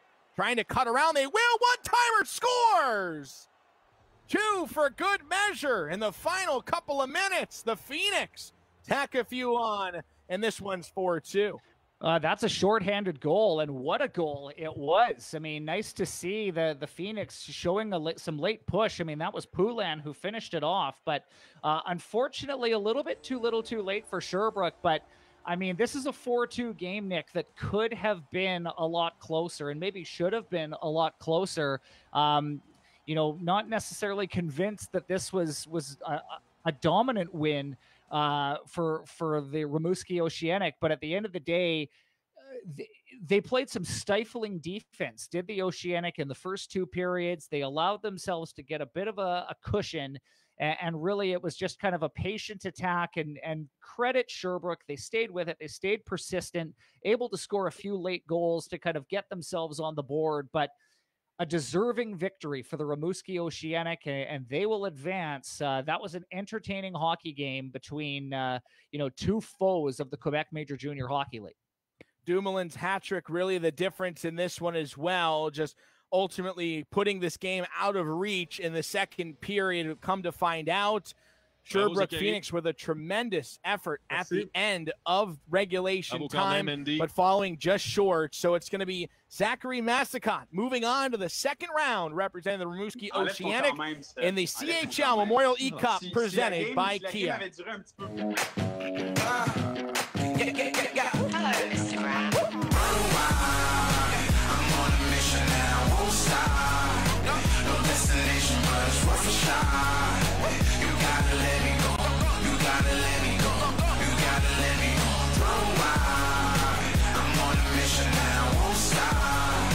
No destination, but it's worth a shot. You gotta let me go. You gotta let me go.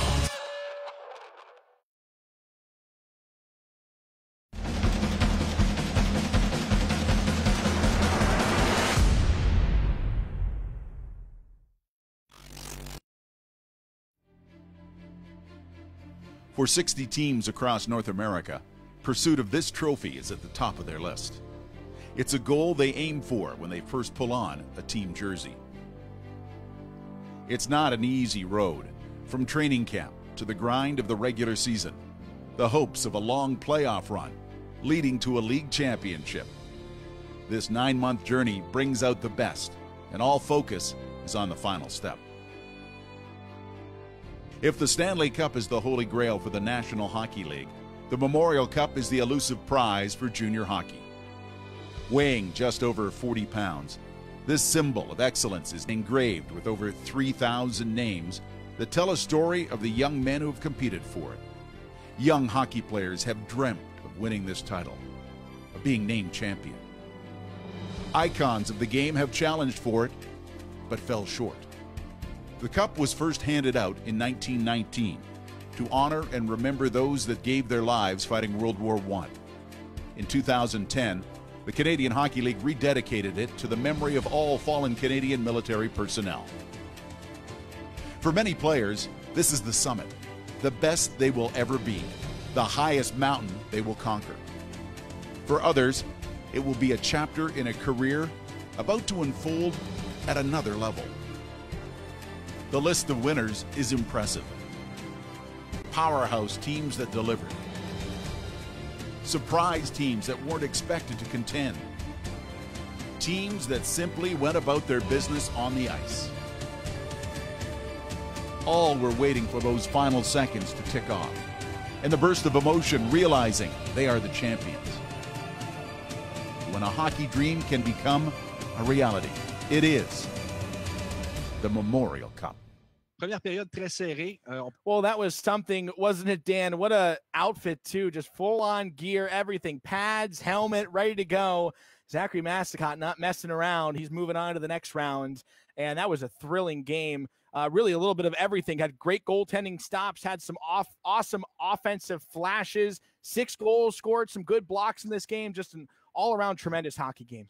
Yeah, you know what? And we've had 2 4-2 scores in a row now, and it's nice to see these games close. It's nice to see them come down to the wire, and it's really nice to see, you know, parity in these games. And I mean, obviously for Rimouski, the difference in that game, 3 goals from Dumoulin, and Dumoulin's an interesting story, just kind of pulling up his QMJHL bio here. I mean, he's played 15 games this season for the Oceanic, leads them in scoring. He's got 11 points.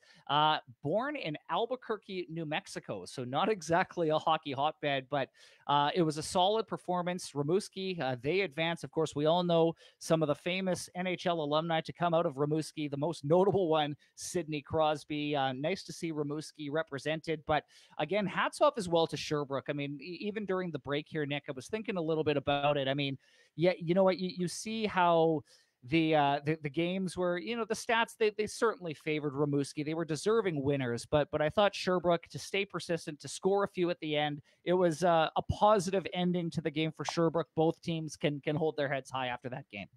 Easily. You could definitely hold your heads high. You can look forward as well if you're Zachary Massicott to the next round. But before we get to the next round, we got to finish this round, Dan. More action coming up in round 1 of the Memorial E-Cup presented by Kia when we return. Hello, Instagram. I'm on a mission now, won't stop. No destination, but it's worth a shot. You gotta let me go. You gotta let me go. You gotta let me go. I'm on a mission now, won't stop. No destination, but it's worth a shot. You gotta let me go. You gotta let me go.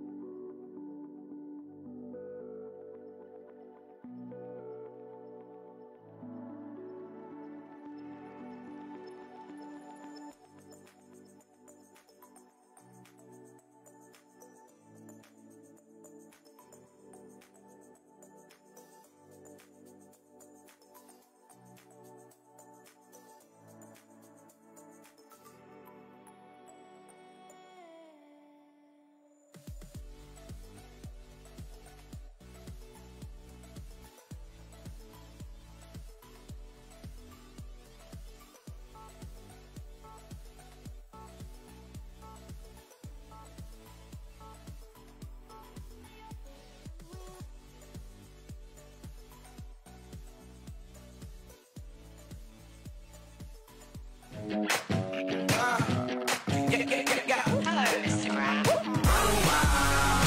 I'm on a mission and I won't stop. No destination, but it's worth a shot. You gotta let me go. You gotta let me go. You gotta let me go. I'm on a mission and I won't stop. No destination, but it's worth a shot. You gotta let me go. You gotta let me go.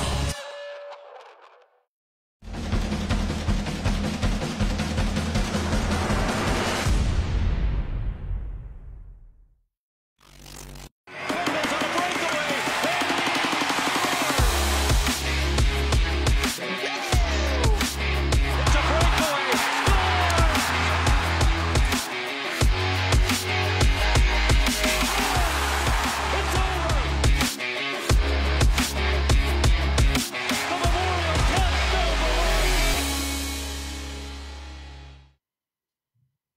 welcome to the CHL Memorial E-Cup presented by Kia. Round 1 action in our 64-team bracket.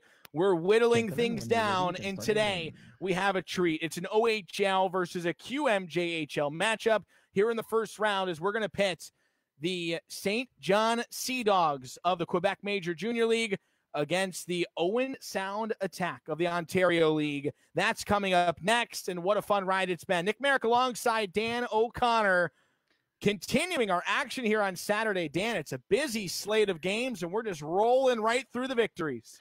Well, and you're doing a great job. Your voice is hanging in there, Nick. You've had a lot of play-by-play to do, and it's been awesome to listen to you. It's been awesome to be a part of this day.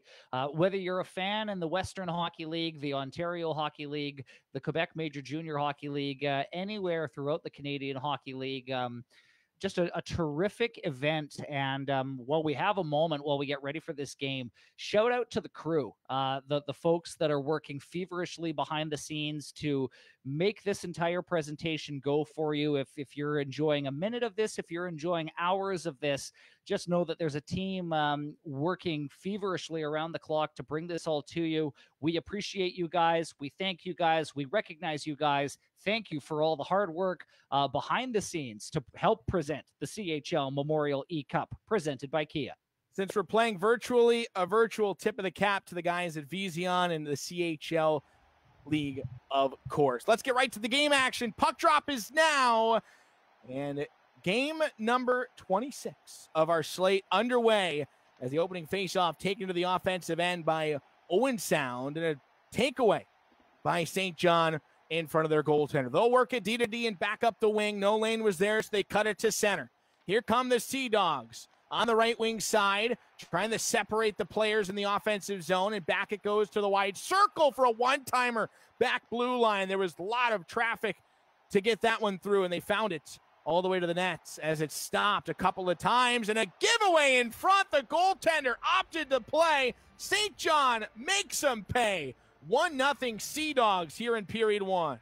That's a bit of a lucky break, but St. John will take it. I mean, that's Vladislav Kotkov, right place, right time. I mean, you gotta, you get a little bit aggressive playing the puck sometimes as a goalie, and Kotkov was just right there to pick that off. A bit of an unfortunate miscue there for Owen Sound, but St. John is going to be all about it. They lead 1-0, and so far so good for the visitors. Guzda played that puck over to the corner, and that's what was the costly play there for the first. And 2 minutes and 50 seconds in, a goal and now a penalty. So St. John getting rewarded for its aggressive play early, putting pressure on Owen Sound and going on the power play as well to start things off. So this is where you could really buckle in and see what's going to happen if you can try to take tides in this first period and snatch all the momentum. Well, Matthew Struthers in the penalty box for Owen Sound. So you get an early 1-0 lead for St. John, and now a power play. So, not a turning point necessarily, but an early turning point. Yeah, perhaps, I think, if Owen Sound can tie it shorthanded, great. If St. John can take a 2-0 lead, I mean, it puts them in the early driver's seat early in this game. There's a tremendous block, too, by the Sea Dogs in their own zone. They'll operate the power play for another 65 seconds, cutting past the defense, spinning to the forehand, and the shot denied. Getting in front of it again for a good save on the penalty kill. It sets up a face-off to the goaltender's glove side. Yeah, and, that time the goaltender electing to just cover up the puck, once bitten, twice shy kind of thing. You want to make sure that you're allowing your team to win a face-off, which they did, and now Owen Sound clears. On the wing, looking to get away. Final 30 of the power play, but we're looking shorthanded right now as Owen Sound sends this one from circle to circle, and it's banged up the ice on the left wing. Spin move to separate. Now to the slot. One-timer low. Great save right in front. The opportunity. Guzda able to get a piece of it. And the attack. On the attack. To the right wing. Bumped out to neutral ice. Stolen play. Here come the Sea Dogs. End of a penalty. A shot off the post. It goes to the corner. They try to wrap it in front. The defense was there to steal the lane. Good look at the end of a 2-minute power play. And a good back-checking effort as well by St. John. Here come the Sea Dogs. In white on the left wing. Bumped off the puck where they get possession back between the blue lines. That's center. Now to the right side, cutting through a couple of skaters to the backhand across, picked up by Waugh as he works behind the net and able to scurry one up the boards to McAllister. Shot blocked, Waugh getting it back. Now McCollum, down low at the goal line to Waugh, resetting it back up in the feed all the way down the ice to the goaltender. And no icing because it was cleared by the offensive team in the zone.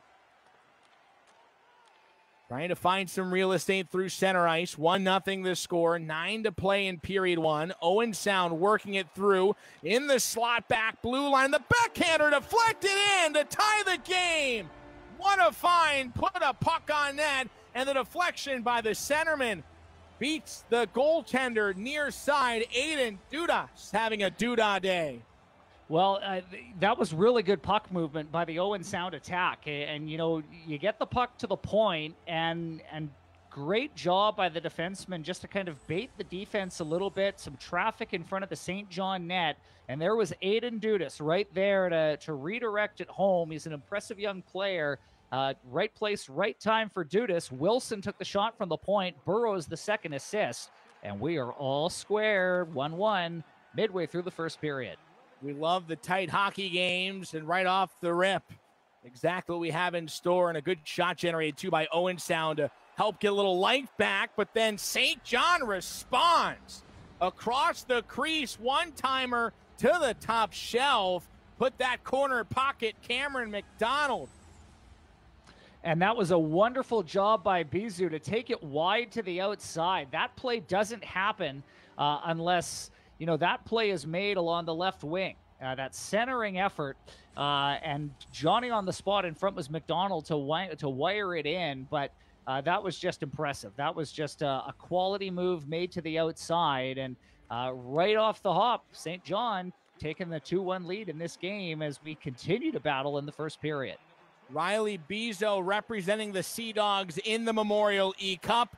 He represented the primary assist on the go-ahead goal here in the final minutes of the first. Takeaway by the Sea Dogs. They throw it in front. Guzda with a great block with the left pad, and the attack will come out through center, working at right wing as they snake their way in.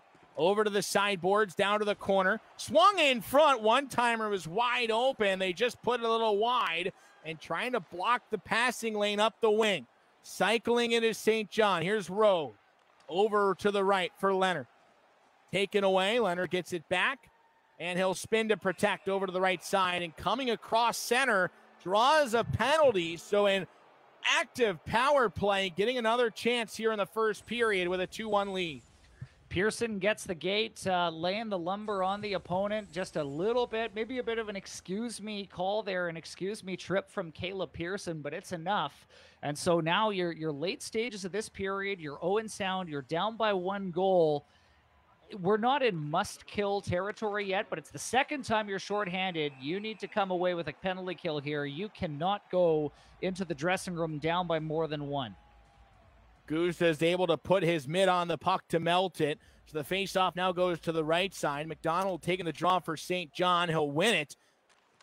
And from the wing to center, trying to connect for a power play tally. It wouldn't go. St. John, left wing. Cycling, a lot of space up top. Good job closing those lanes across the slots. And now the attack will take it the other way. From the wing. Putting it back over to the opposite circle. Sea Dogs cutting through a couple of nifty deeks to work their way across neutral ice. But a teammate was down on the other side of the ring, so it's going to be an offside whistle with under 40 to play in the power play. And teams trying to get a little fight going here in the final moments of the first. But they won't take the bait. No, you want to keep momentum going. If you're St. John and if you're Owen Sound, I mean you're 15 seconds away from a crucial penalty kill late in the first period, down only by 1. Over right wing side, coming back into the zone, a long range shot, easily steered off by the stick to the corner, and the attack trying to move it up center. Poked off and regathered. Potential last rush of the period with 5 on the clock. Now down to 2. A centering feed wouldn't connect. And this one's going to be a 2-1 game heading into our first period intermission. Guzda with a couple of stops, but he turned over the first puck in period 1 to get the Sea Dogs on the scoreboard. And a goal right after the power play made it 2-1. Well, you saw the highlight of it right there, but I mean, I think, Nick, if I'm either team, I'm encouraged by that period. I mean, you know, an unlucky break there for Owen Sound on the 1-0 goal, but they force their way back. You kill off 2 penalties, which I think is big. That's got to kind of quell the nerves a little bit. I still think we've got a lot of hockey to go. Shots on goal, though, that's a problem for Owen Sound. Outshot 12-1, but they scored on their only shot. So few more pucks towards the St. John net, and you're going to have a great chance. Whether you're watching on Facebook, whether you're watching on Twitch, whether you're watching on the site of your favorite team in the Quebec Major Junior League, the Ontario Hockey League, or the Western Hockey League, the Canadian Hockey League has you covered. Make sure you go on Twitter, Facebook, or Instagram and follow the Canadian Hockey League. They will keep you posted on all things going on when it comes to this tournament, games, and just great stories from these players. Make sure you follow the CHL on your favorite social media platform. My apologies if I haven't said it already. Sam Sedley, you see in the top of the corner of your screen. He's representing Owen Sound here in the CHL Memorial E-Cup, presented by Kia. Riley Bizzo for the St. John Sea Dogs. And Owen Sound still plenty of time to get some energy back into this game. The goaltender coming out to play a puck aggressively. It pays off. Here's an odd man rush forming the other way, but a good back check by St. John breaks up that potential opportunity. Sea Dogs spin move to get around. They put him on the hip, and a shot blocked.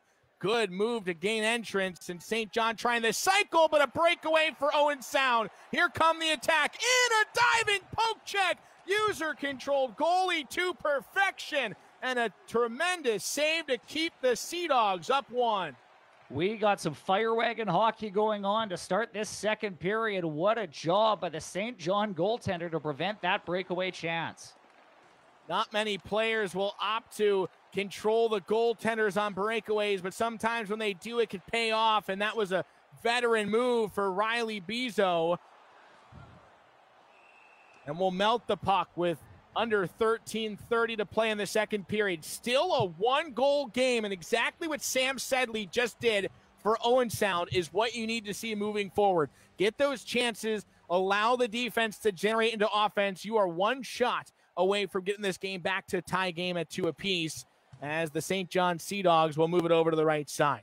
Little delay play to get to net front, and a great block in front to help out Guzda as this one's frozen.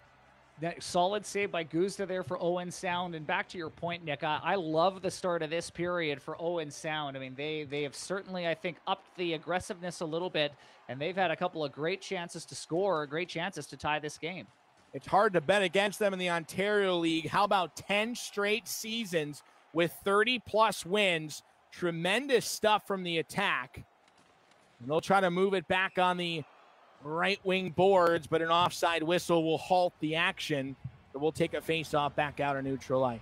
They won the entire league back in 2011, representing the Ontario Hockey League in the Memorial Cup. And Owen Sound, I've got cousins from Owen Sound, so a lovely Ontario community. A lot of love in this game as well as we work it across from right circle to left. And the one-timer goes for Reynolds. A 3-1 advantage. Peter Reynolds on the left side from Carter Savoy. Just shows you how fast things can change in this game. And this is, again, just entering the zone along the right wing. I thought, you know, Owen Sound defended that very well. They stayed in the middle. They kept the puck to the outside. But, you know, that perfect pass was just able to thread its way through. And Reynolds, with his stick down on the ice, able to knock it past Guzda. A case of good defense, but just better execution offensively, giving St. John a 2-goal advantage. Charles Savoy there with the assist. My apology. And Reynolds the finish. The lead up to 2. Final 10 of this second period. A little backhanded shot shuffled on. Guzda's been very sharp in this game, despite that early mistake in period 1. Really buckled down, and upwards of 15 saves to this point. Get the attack and get in the offensive zone. Start generating some more opportunities like they did just moments ago. This is a good rush for them as they take it right wing side. Peel off, back to the blue line. A lot of offense generated from the defensive core in Owen Sound. Back left wing, Lawrence. He'll deke his way around the defense and a little speed to separate. Now to center, cutting. Put the puck over to the wall. Just missed the mark. Owen Sound will counter. Right wing stopped. Back blue line. And just before running out of real estate, he's hit off the puck. And St. John will regroup it at the center logo. Coming right side, Lawrence, a low laser. Given up by Guzda. Across now, Pearson trying to hunt down the puck. Kerwin throwing a stick. And St. John turning it over. Here's another chance. 2-on-1 for the attack. Oh, there was a line change. Opportunity there for a good odd man rush, but the lines were tired, so they had to get off for a change. Not much coming from an opportunity just yet. Now a takeaway. Here's Owen Sound. Back across looking for Wilson. It's taken in the corner, and the attack will push one to the circle. Good cycle game, but St. John able to steal it. Glued to his hip as the forward back checking. Good bump. Guzda with the toe stop. And Owen Sound wasting no time getting back up the ice on a rush. Here's St. John to center. Left wing pass McDonald. He bumped off. Siegel move it ahead. Burrow. Back to the wing. To center for Dudas, the goal scorer. Gets it back. Looks the feet at blue line. The defense was changing. Two skaters are back, though, and a couple men aside in the final minute of period 2. Another good stick hunted down by Dudas to take it away. 22 on the clock. Dudas to center. Bump back off. Now blue line. 7 to go. Waiting for a chance. He scores! 2 for Dudas. And this game back within 1 in the final seconds of period 2. Buckle up.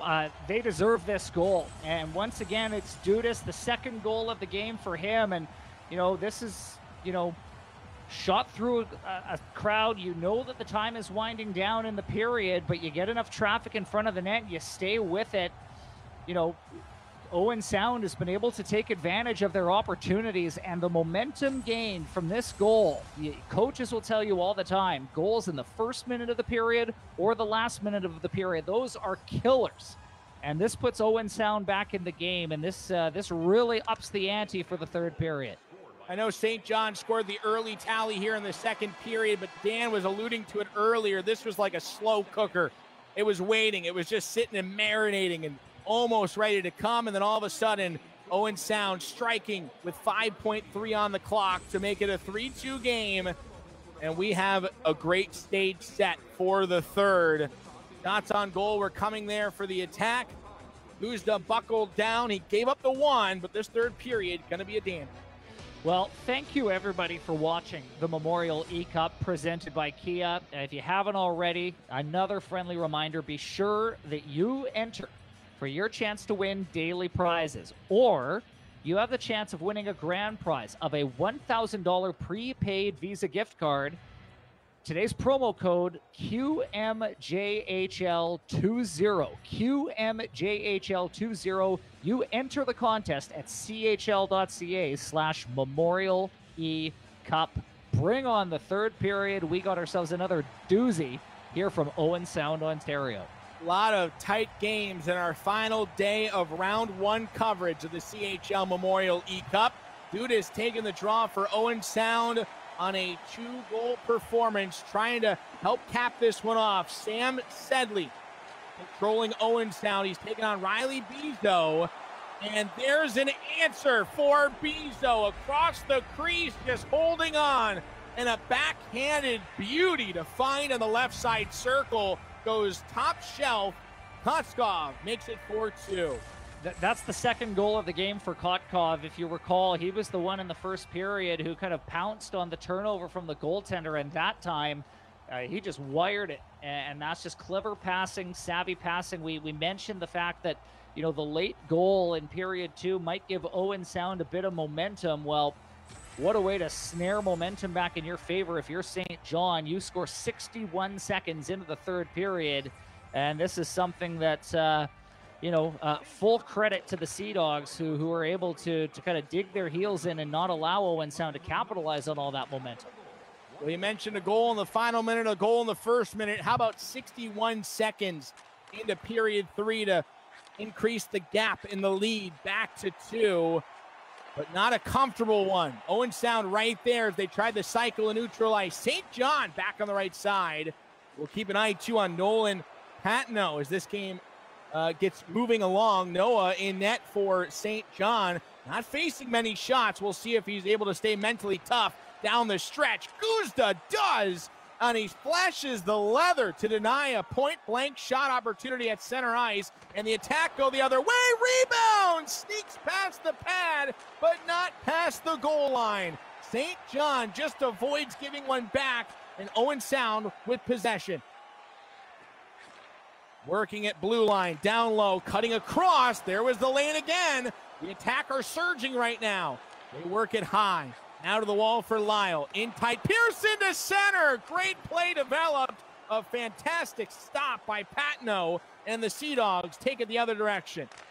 Up ice, right wing. Lasered on. Quick hockey back and forth. One save leads to an offensive opportunity. And we are flying here in this third. Across the blue line. To the point. It's Woolley across. And a diving save. Sprawled out. Full extension to his left. Noah Patino, have a day. What a third period for him. And now it's settled by St. John. Holy damn, these were chances galore in the third. You're painting a wonderful picture, my friend, and then this is classic clutch goaltending from St. John. I mean, Owen Sound, you're down by 2. You've got to kind of up the ante a bit offensively, and full credit, they're doing exactly that, but you touched on it, some phenomenal saves and some timely goaltending. It's been a factor in a lot of the games that we've seen so far today, and some clutch saves keeping his team ahead by 2. And because of those clutch saves, it leads to offense the other side. 5th goal of the game. McDonald tacks another in on a backhanded sweeped in right post. 5-2 now the score, and St. John trying to take control of this one. McDonald's been a factor in this game, no doubt, and that time it was just following up kind of that third guy in off the rush, and not a whole lot you can do about that defensively. I mean, you have 3 white sweaters all kind of in that triangle area. Hockey analytics will tell you that's where a lot of your offense is going to come from, and that's a 3-goal cushion now for the St. John Sea Dogs. McDonald gets the goal.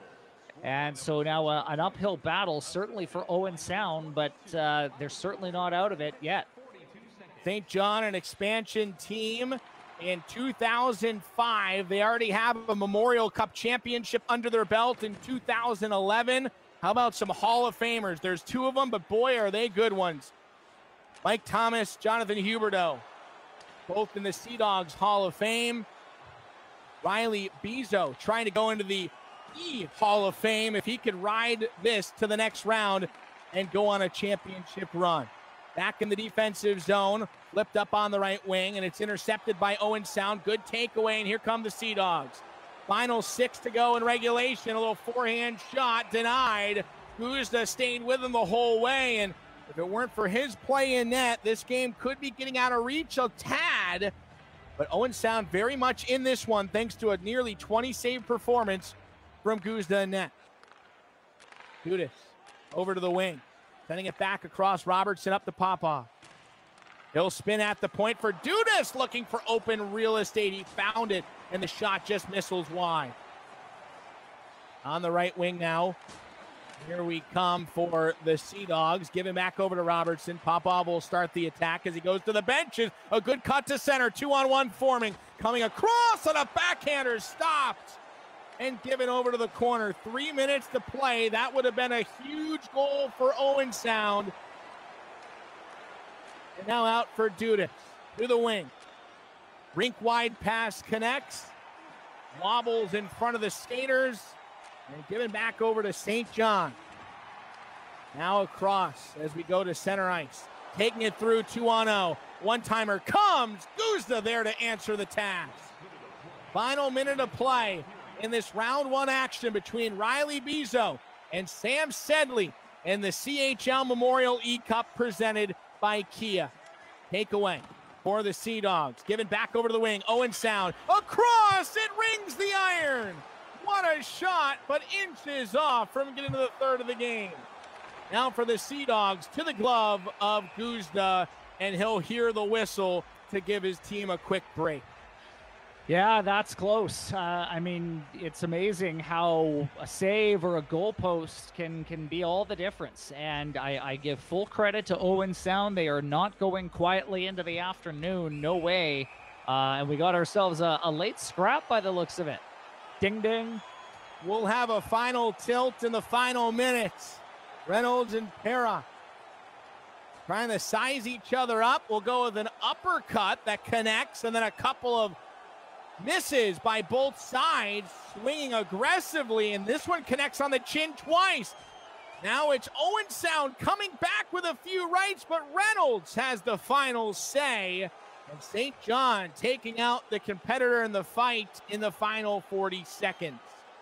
Well, I know Reynolds has a goal. He's now got a fight, and I'm pretty certain he's factored in another one. So channeling his inner Gordie Howe with that one. But, you know, final stage here, I like it. A lot of pride being shown by Owen Sound, and, you know, Andrew Perrott with a good effort there. That was a very even scrap. But Peter Reynolds, you know, he's had a good game. He's been a focal point of really everything that St. John has done successfully in this game. 36 seconds to go, and a shot off the draw that goes just wide. Yeah, you're right, Dan. Just a chance to get some frustration out, and Owen Sound really could have taken this one as well. A couple more chances just would have gone in for them. And we'll take one final penalty. It looks like a sweeping effort of a stick at center, found a leg. So Owen Sound gets the power play to end this. They're going to opt to pull the goaltender, trying to bring it back within two. Good move by the attack. We'll see if Sam Sedley can capitalize. They'll put it over to the wing. Back across. It was there, but it bounced awkwardly off his skate. Now Owen Sound behind the defense. Curling one. That's right to the chest of Patno. Final 12. Shot blocked. Skating it out is St. John. Looking just to expire the final seconds in this one. They give it back to the attack for a final rush. Curled back across the blue line. A wrist shot towards center.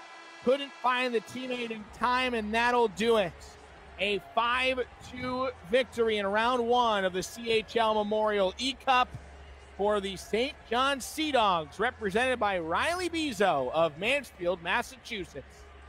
Well, I mean, it was a good game, and I think that, you know, certainly the shots on goal and some of the territorial play went to St. John, and I think, you know, an early break, you know, capitalizing off a turnover from the goaltender was a big factor, but, you know, I think just an all-around strong, responsible game from the St. John Sea Dogs, and, you know, even when Owen Sound was able to kind of corner momentum and get spurts of good looks, a goal post or two, some big saves, and just a responsible game played by St. John, leading them to the 5-2 victory. Well, 5-2 will do it for this one. A few more games still coming up. We have an interview as well, so be sure to stick around for that. And we've kind of had a whole mixed bag of different games, different scenarios, Dan. But one of the things that's been different is players in front of the net seem to succeed. You got to find those lanes and put bodies. Owen Sound did that. They just couldn't get enough pucks through traffic. Meanwhile, St. John did. That was the difference. They held the shot advantage as well. 24-11 is the final stat line. Neither team scoring on the power play, but a lot of aggressive 5-on-5 ice action, and it paid off for the Sea Dogs this time, and a great showing for them to move on to the next round, where we'll see who they will face in round two. For sure. And I mean, we'll talk to our winner here in a moment, but you know, we've got some solid hockey played so far here today. Bring on game number 5 in a few moments' time. All right, the interview coming up next. Stick around for the backside of this commercial. We'll see you there. 5-2 final as St. John takes off Owen Sound. Hello, Instagram.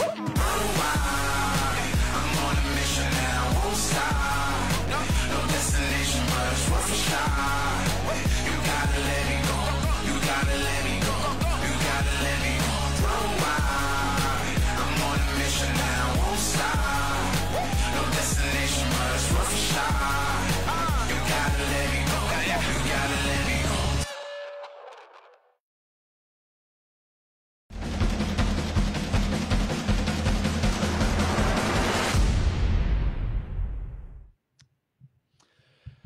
Welcome back to the CHL Memorial E-Cup presented by Kia. The final score, St. John 5, Owen Sound 2. And right now, Riley Bizu of the St. John Sea Dogs joins me. Riley, an early break in this game, kind of capitalizing off the goaltender turnover, put you up early in this game. Can you talk about, the early break? Sometimes it takes a bit of a stroke of luck, but you rode it to victory. Yeah, it's just nice to get the first one and keep going, I guess. You had the advantage in shots, but Owen Sound, to their credit, they kept hanging around towards the end of the second period. They scored to make it 3-2. Very important for you in the third period to come out and score another early one. Was that a turning point for you, making sure that you eliminated any of their momentum early in the third period? Yeah. After I scored that one, first minute in, felt pretty confident. So, yeah. Tell me about your day leading into this. How much practice went into this? Were you practicing against teammates, practicing against other buddies, in the league? Yeah, I played 2 or 3 games against some of my teammates. Just to kind of get yourself ready, and now all of a sudden you're advancing to the final 32. Does it feel good to kind of have the first game under your belt, eliminating some of the nerves, and now exciting to kind of see how things can shape up for you moving forward? Yeah, for sure. And then I guess just finally, for fans of the Sea Dogs watching in, anything you want to say to the fans? Billets, anybody who's rooting you on today? Thanks for coming out to watch, I guess. Appreciate Congratulations on the win, Riley. All the best moving forward. Thank you. 5-2 is the final score. The St. John Sea Dogs defeat the Owen Sound Attack. We'll be back with the next game right after this. Hello, Instagram. I'm on a mission and I won't stop. No destination, but it's worth a shot. You gotta let me go. You gotta let me go. You gotta let me go. I'm on a mission and I won't stop. No destination, but it's worth a shot. You gotta let me go. You gotta let me go.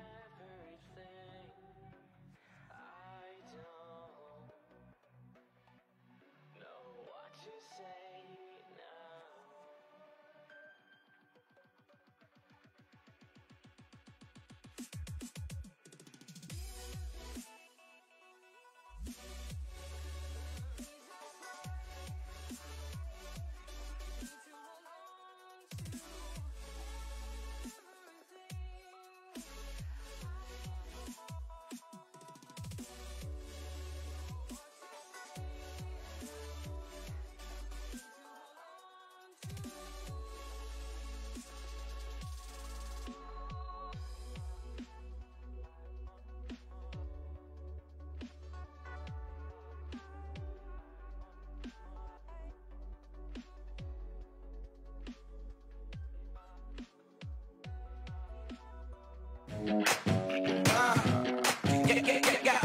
Instagram.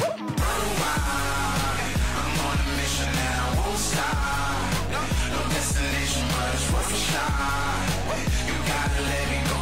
You gotta let me go. You gotta let me go. Run wild. I'm on a mission and I won't stop. No destination, but it's worth a shot. You gotta let me go. You gotta let me go.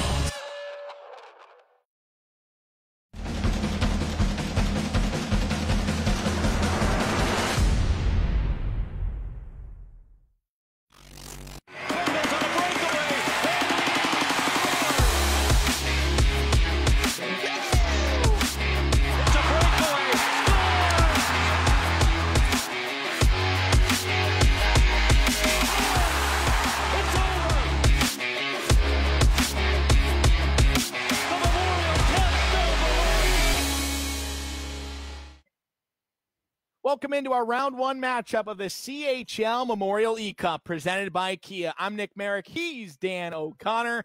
We have a great treat here in round one as we're going to face off between the Quebec Remparts and the Lethbridge Hurricanes in our round one action of the final brackets of our day as well. Today is going to conclude all of the round one playing. And Dan, we got a WHL team pitted up against a QMJHL team for the first time today.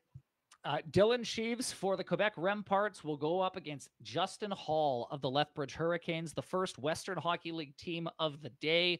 The Quebec Major Junior League featured prominently so far today during these games, and once again, the Quebec Rempart will be going forward here, and an opportunity for these two guys. I mean, no doubt they've been chomping at the bit to get going, watching some of these other games. So what are we waiting for? Let's do this. Lethbridge, Quebec, game number 5 of the day. We're getting set to go to center ice. The winner of this one is going to face the winner of Shawinigan and Flint, which will be our next broadcast coming up after this. And it makes sense, the first WHL game of the day, because we're getting closer to the afternoon out west. So everything is moving right along. We have been in this to win it for the past couple of hours. And let's have some fun for another game here in the Memorial E-Cup as Lethbridge and Quebec facing off in round one. It's going to be Sheaves and Hall. They are the captains, if you will, of their respective teams playing on the ice today. And the opening faceoff will be controlled by Lethbridge. Working it down to the corner, played off and looking to swing one back blue line. They find some space and the ice connects there on the right wing side. Now across in front, a little backhander jammed on. Good save from the netminder. And the puck comes back over on a backhanded play from Quebec. Playing in the Remparts Arena here in round one. Left wing entrance. Trying to gain one in front. And a good stop by the defense to read the eyes of the winger and cut that feed away. Back on the left side. Now up the boards. It's centered up and stolen. Lethbridge will try to slow their roll back to their own blue line, and coming through Dylan Cousins on the drop feed that gets caught offside. We are 2:55 into the scoreless first. Early on in this game, I mean, the Quebec Remparts, their goaltender getting a little bit aggressive. Thomas Segowan wearing number 60 at the bottom of your screen. Very aggressive. We've seen that come back to haunt some teams, but a nice solid play by the goalie. A trip taken by Lethbridge. Quebec going to go on the power play. 2 minutes of time for them as we get the first special teams action of the game. And just an aggressive stick once the forward got past. That's an easy call for the referee. And we'll queue up a 2-minute stretch. We haven't had a ton of momentum swayed with the power play yet today. We'll see if this game becomes a special teams game. Dubé, left wing, cutting across for the one-timer. Just missed the right side post, and they work it high again. Quebec down low, unable to stuff the forehand on the short post. They'll swing it back behind the cage and go over to the right side circle. Cutting to center, bumped off, and then a poke check finds its way over to the corner boards. Settled up by the Remparts. Good move to swing his way in front. A little backhander jammed on. The goaltender for Lethbridge able to play a puck as they work it up the wing for Barlagi. Trying to separate a little time and kill some penalty kill clock. They probably need a change as well. Lethbridge a little tired, but they're looking shorthanded and nearly found it across the crease.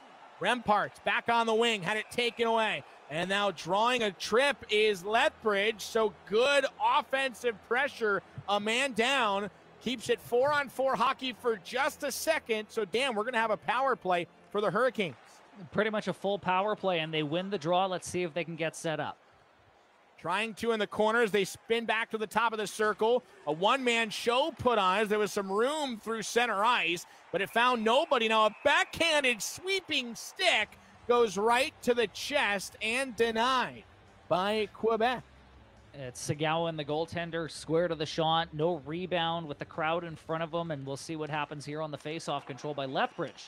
Can we respect the goaltending number as well? The big 6-0 in nets for the 2000-born goaltender, but he can't stop that one. Lethbridge from the wing to center, and why not scoring with yourself? Hall tucking it in for the first of the game. And that was just a failed clear. Chance for Quebec to get the puck out, but credit the Hurricanes for keeping the puck in and then finding Hall backdoor, all sorts of net. He's not going to miss from there. It's 1-0 for the Hurricanes. That's a healthy way to score when you could find that connection across the crease. The back door banged home. Lethbridge up by 1, working on the wall. Quebec able to play this one from the corner. Here come the Remparts now with some steam, but not enough to get past the forwards there at center. Over to Wheatcroft.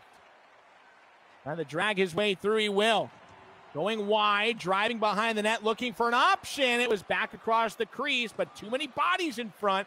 Remparts doing a tremendous job of breaking it up, and a toe save. What a stop, and the answers were the pads. Segawa stops a pair as we're nearly halfway gone in our first period. Back over right wing, Quebec across the line. A little offside there as the drop pass got interfered with and then bumped offside in the process. So the faceoff just out of the zone in front of the Lethbridge net. A little shot at the fans in attendance here in Quebec. Boy, are they ready for some more hockey in December. The Remparts faithful out in full force, trying to will their team to a goal here before the closing of period 1. Quick action in the CHL Memorial E-Cup presented by Kia. 20-minute clock, but it acts more like 4 to 5 minutes in real time. And Lethbridge will play this one through the center lane. Taken over by the Remparts. Here they come, charging in. Organizing to the right corner. Drop back off to the circle, and a back check stopped the shot attempt. Spinning right wing. Down low, back high. We'll work it blue line, now across. A lot of open ice there in the slot between the hash marks. So they got a little overly aggressive. A penalty coming up. Oh, this could be 2. It should be a 5-on-3 power play for 2 full minutes. And just a couple of seconds mental lapse gives the Lethbridge Hurricanes a chance of the 2-man advantage. Well, their first goal of the game came on a power play, and this is a monster opportunity here for the Hurricanes to extend their lead. Backhander drifted wide on the first feed. Now a tremendous stop. Thomas Segawa got in front of it. He'll slide with it, and the Remparts trying to just delay some time here. Down 2 men, and they draw a penalty. That's perfection for the penalty killers. They were tired, but they stayed on long enough, going from defense to offense to draw a 2-minute trip, and that'll help get at least 1 man back. There's a lot of room on the ice now for both teams. The advantage still with Lethbridge for the time being because they've got the 4-on-3 power play. Justin Hall controlling the Hurricanes, and he goes across in a tremendous stop by the netminder on the sliding play to his right side. Taking it out of the zone, Remparts gaining the line, bumped off emphatically at the blue line. Still 20 seconds to play in this power play, but right now, cue up the win to the Remparts. Doing a tremendous job here of killing this 2-minute stretch. Drawing a penalty as well to help delay it, and now a shortened power play for Quebec for 30 seconds, but a short-handed goal makes it 2-0 across the crease and in for the Hurricanes. It's Oliver Ocular. And Ocular can score with the best of them in a short-handed goal, and that was just great patience as well by Barloghi along the right wing, just kind of drawing the defender and then across to Ocular, and then there it goes. So A power play goal and a shorthanded goal for Lethbridge in this period so far. They lead 2-0 with 5 minutes to go, 4:59 to be exact. And Quebec, they need the next one here. They need to kind of restore momentum. They've got a power play with which to do it, but time is winding down. There's still a lot of time to work to get this game back, and you have to like what Quebec did during that penalty kill. They gave up the goal right after, but you see the offensive chance they just generated. A tremendous look in front that was jammed in by the alternate captain, Theo Rochette. Just couldn't quite go. Nice save by Carl Tedachuk, goaltender for Lethbridge. Rochette, great work at the side of the net just to get himself into position in front, but good shot, better save. We saw the face-offs, thus a little bit of the puck possession time favoring Lethbridge as they go over to the near side and try to work it up top, but there was no option, so it was stolen. A partial breakaway chance coming in on the backhand on a sweeping stop. Now in front, they score! Quebec gets it back! A breakaway feed and dropped off to Hunter Holmes for the first of the game for Quebec. That's a huge goal for the Remparts, and Holmes, I mean, takes that pass. It didn't look like there was going to be a whole lot of room to get that pass centered back out. Great save by Tedachuk initially, but just a heads-up play by Nathan Gaucher for Quebec just to follow that up and center it forward, and that's a huge play for Quebec. We've seen that a few times already today, Nick. Late goals and not allowing, you know, a 2-0 lead to get worse. That's a big one for the confidence of the Quebec Rempart. My apologies, roster is out of date. Hachette with that one, tucking it in to put back one. This one rolls up the body of Tadachuk. Wouldn't go, and the second chance denied at the side of the twine. 100 seconds to play in the first. This has been a jam-packed offensive showdown with both teams going blow for blow, trying to get a sizable lead moving into the second. Rebound shuffled away. Just slid in front to deny it. And away come the Remparts. 15 to play. Looking for a chance to move it up ice. They'll go through the center lane. 6 to go. Final 5. And a penalty drawn perhaps? No, I don't think so. A weird fumble at the circle. That might have been a misplay. That could have very easily been a penalty for Lethbridge. They got away with one there right at the end. So after one period of play, it's 11-7 the shots favoring Lethbridge. They lead the game 2-1. And a quick reminder to those of you who are just joining us, if you haven't already, whether you're on Instagram, Twitter, or Facebook, make sure you follow the CHL.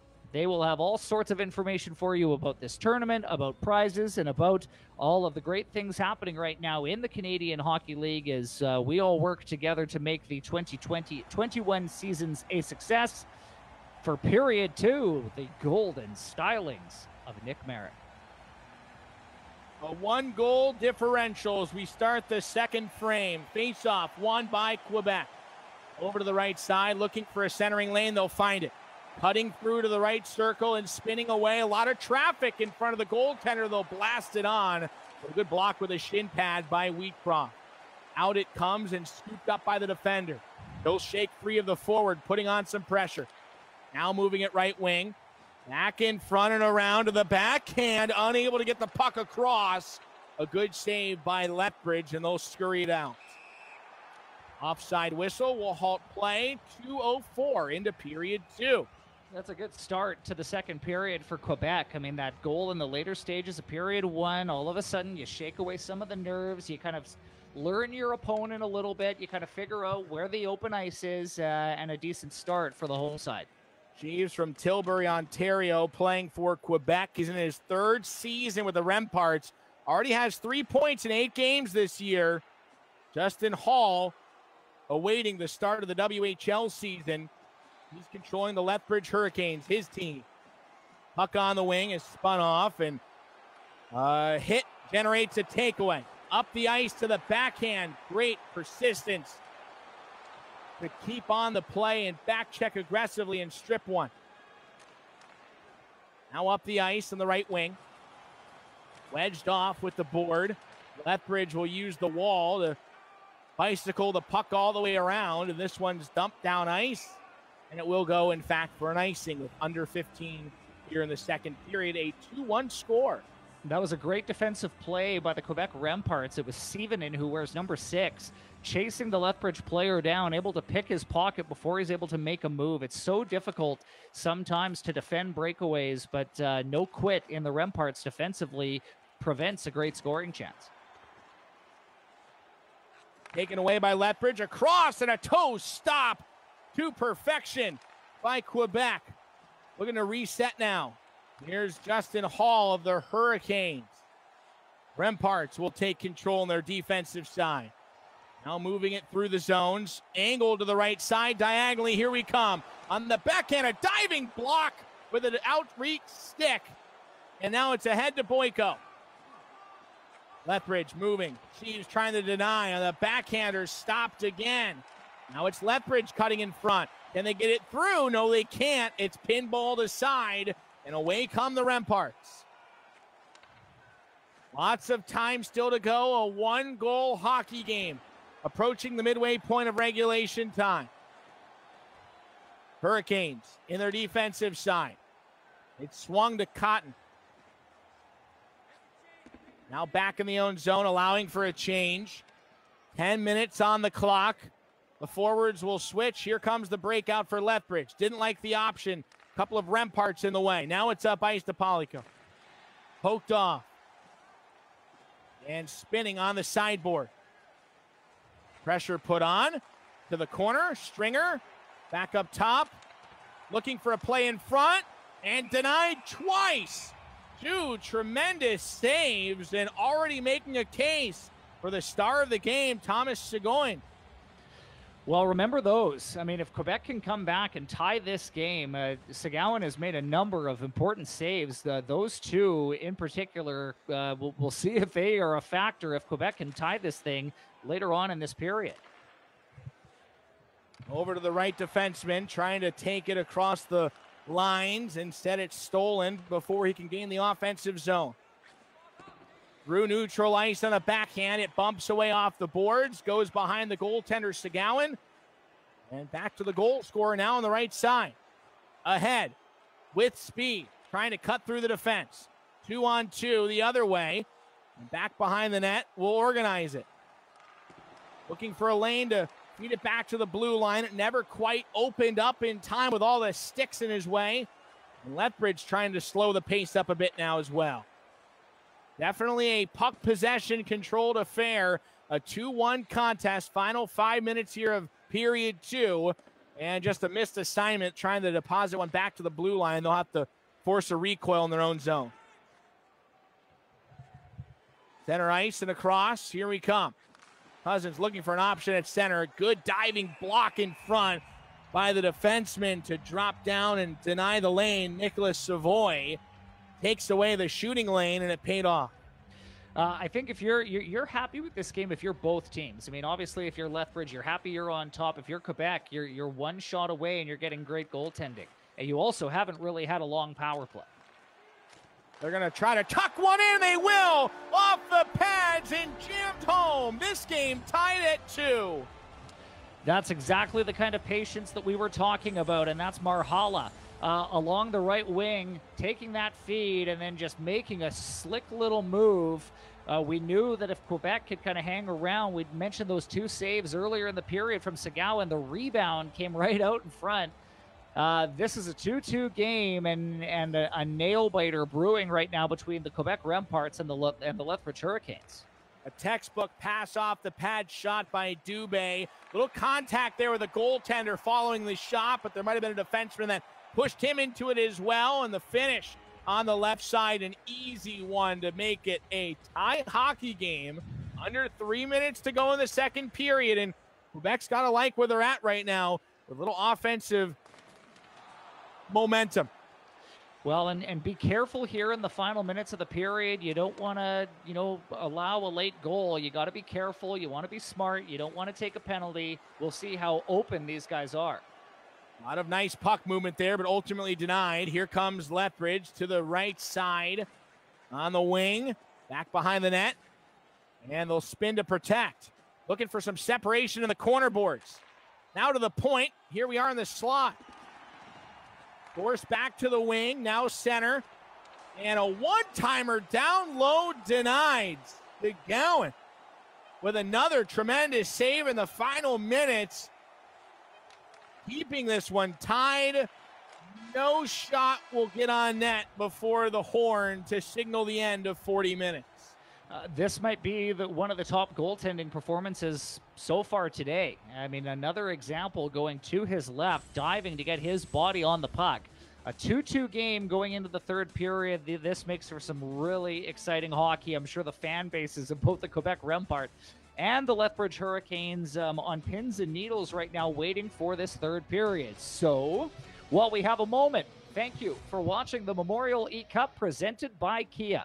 Be sure to enter for your chance to win daily prizes or a chance at winning a grand prize of $1,000. Prepaid Visa gift card. Today's promo code QMJHL20. Enter the contest at chl.ca/Memorial Cup with the third period play-by-play. Here's Nick Merritt. Thanks, Dan. 2-2 hockey. Lethbridge wasting no time getting the offensive zone. They go across to the circles, and McGowan flush on his pad, able to deny. Minute into the period. You know, the next goal is going to be an important one, Dan, because it could really help a team get some momentum and some confidence moving into the final stages of this.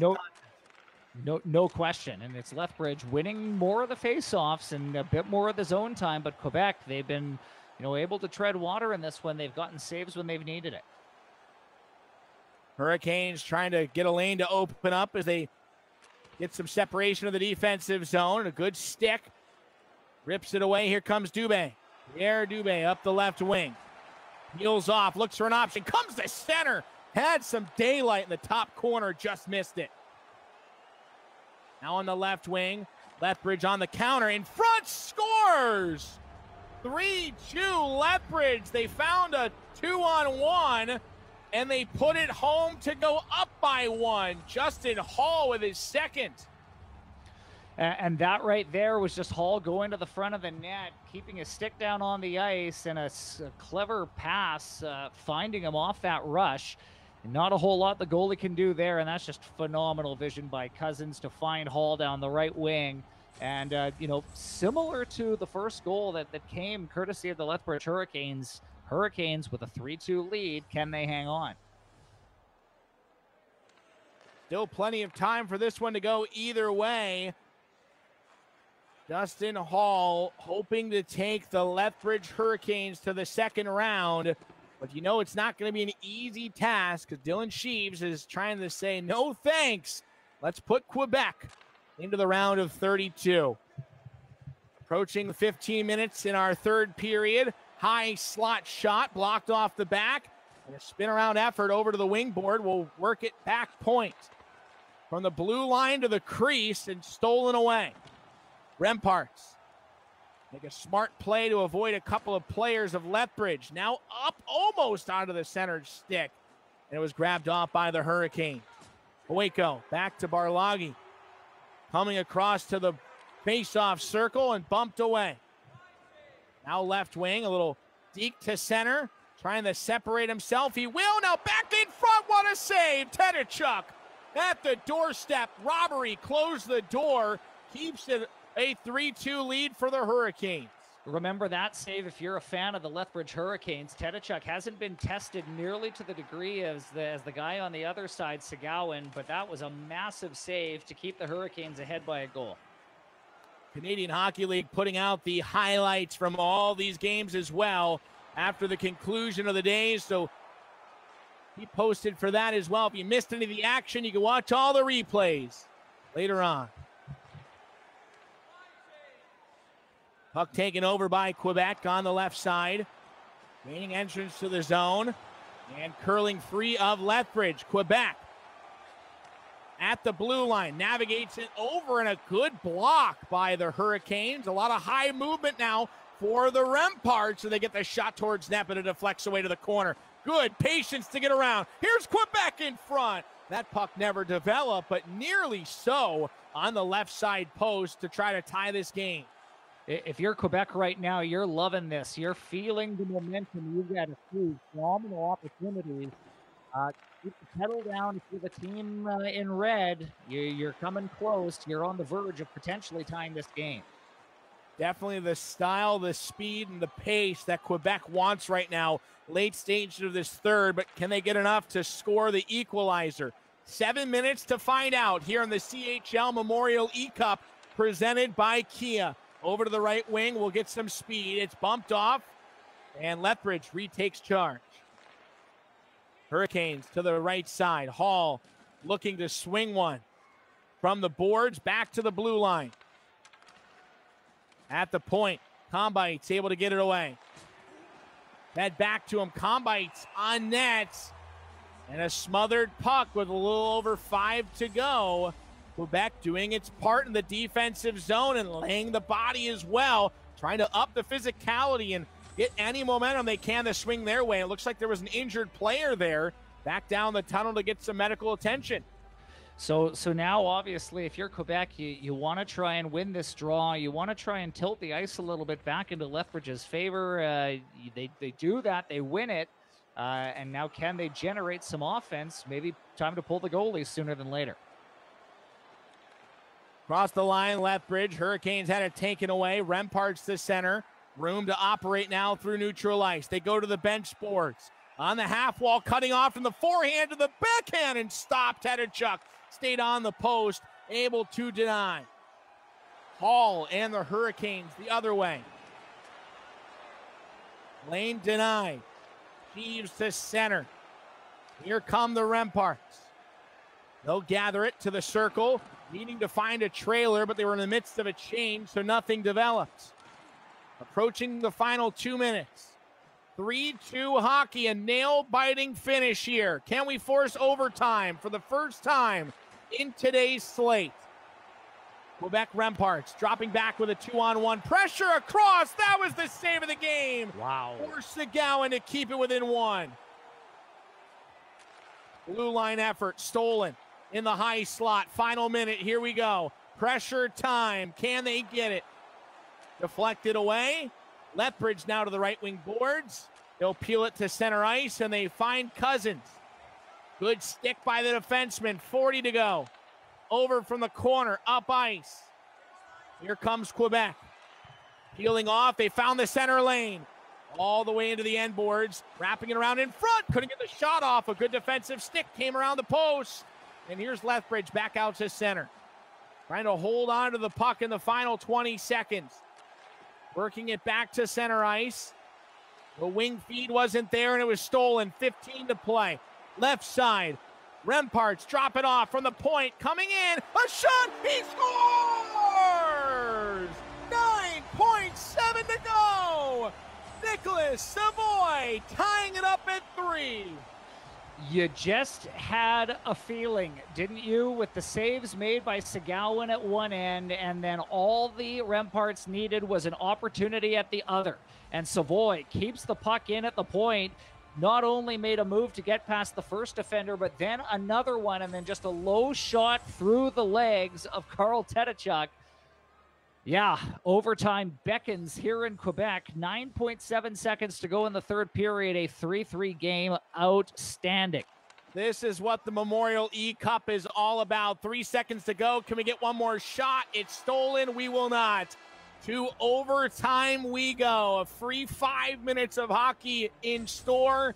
And what a finish on that tying goal. Not only putting it 5-hole, but the initial shot going off a defender's skate. Recontrolled it, and there was that initial shot that drew Tedachuk up from his butterfly and allowing enough space to put it home. Savoy, so far the hero for the Remparts. Now, which team will finish it? Overtime will decide. Well, heck, might as well shoot you another quick reminder, everyone, to, first, to thank you for watching the Memorial E-Cup presented by Kia. If you haven't already, please enter to win daily prizes or enter to win a $1,000 prepaid Visa gift card. Today's promo code QMJHL20. You can enter at chl.ca/Memorial E-Cup. With the overtime play-by-play, the one, the only Nick Merrick. Take us home, big guy. Dylan Sheaves of Quebec, Justin Hall of Lethbridge. Round one supremacy on the line in this overtime period. 3-on-3 overtime for 5 minutes. A goal will decide it, and moving on to the round of 32. Lethbridge of the blue line had it stolen. Quebec trying to fly the zone a little early. They didn't have possession, but they'll have a chance now. The defenseman steps up on the play, working on the right wing, waiting for a pass. They found it, but it's off a leg. Now Quebec able to slow it down. They'll cycle, hoping for the one-timer there between the hash marks. And Lethbridge will try to cut behind the defense. And the forehand, backhand move wouldn't go. The goaltender opting to play it to the winger. And here's some speed coming on a fresh line. 2:28 to go. Centered, right wing, pick back up. It the circles across, a sliding stop.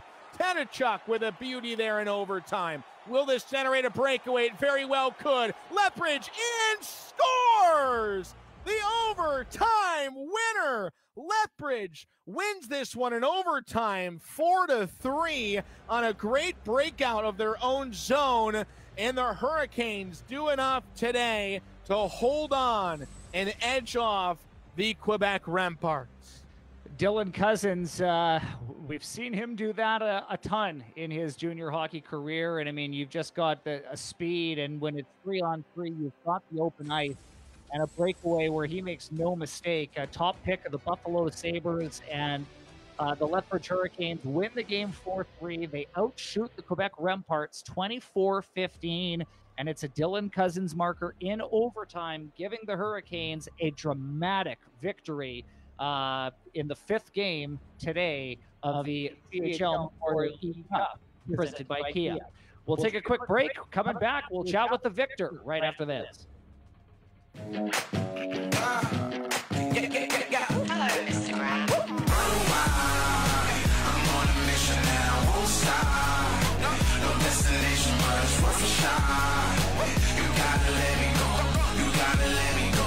You gotta let me go. Worldwide, I'm on a mission and I won't stop. No destination, but it's worth a shot. You gotta let me go. You gotta let me go.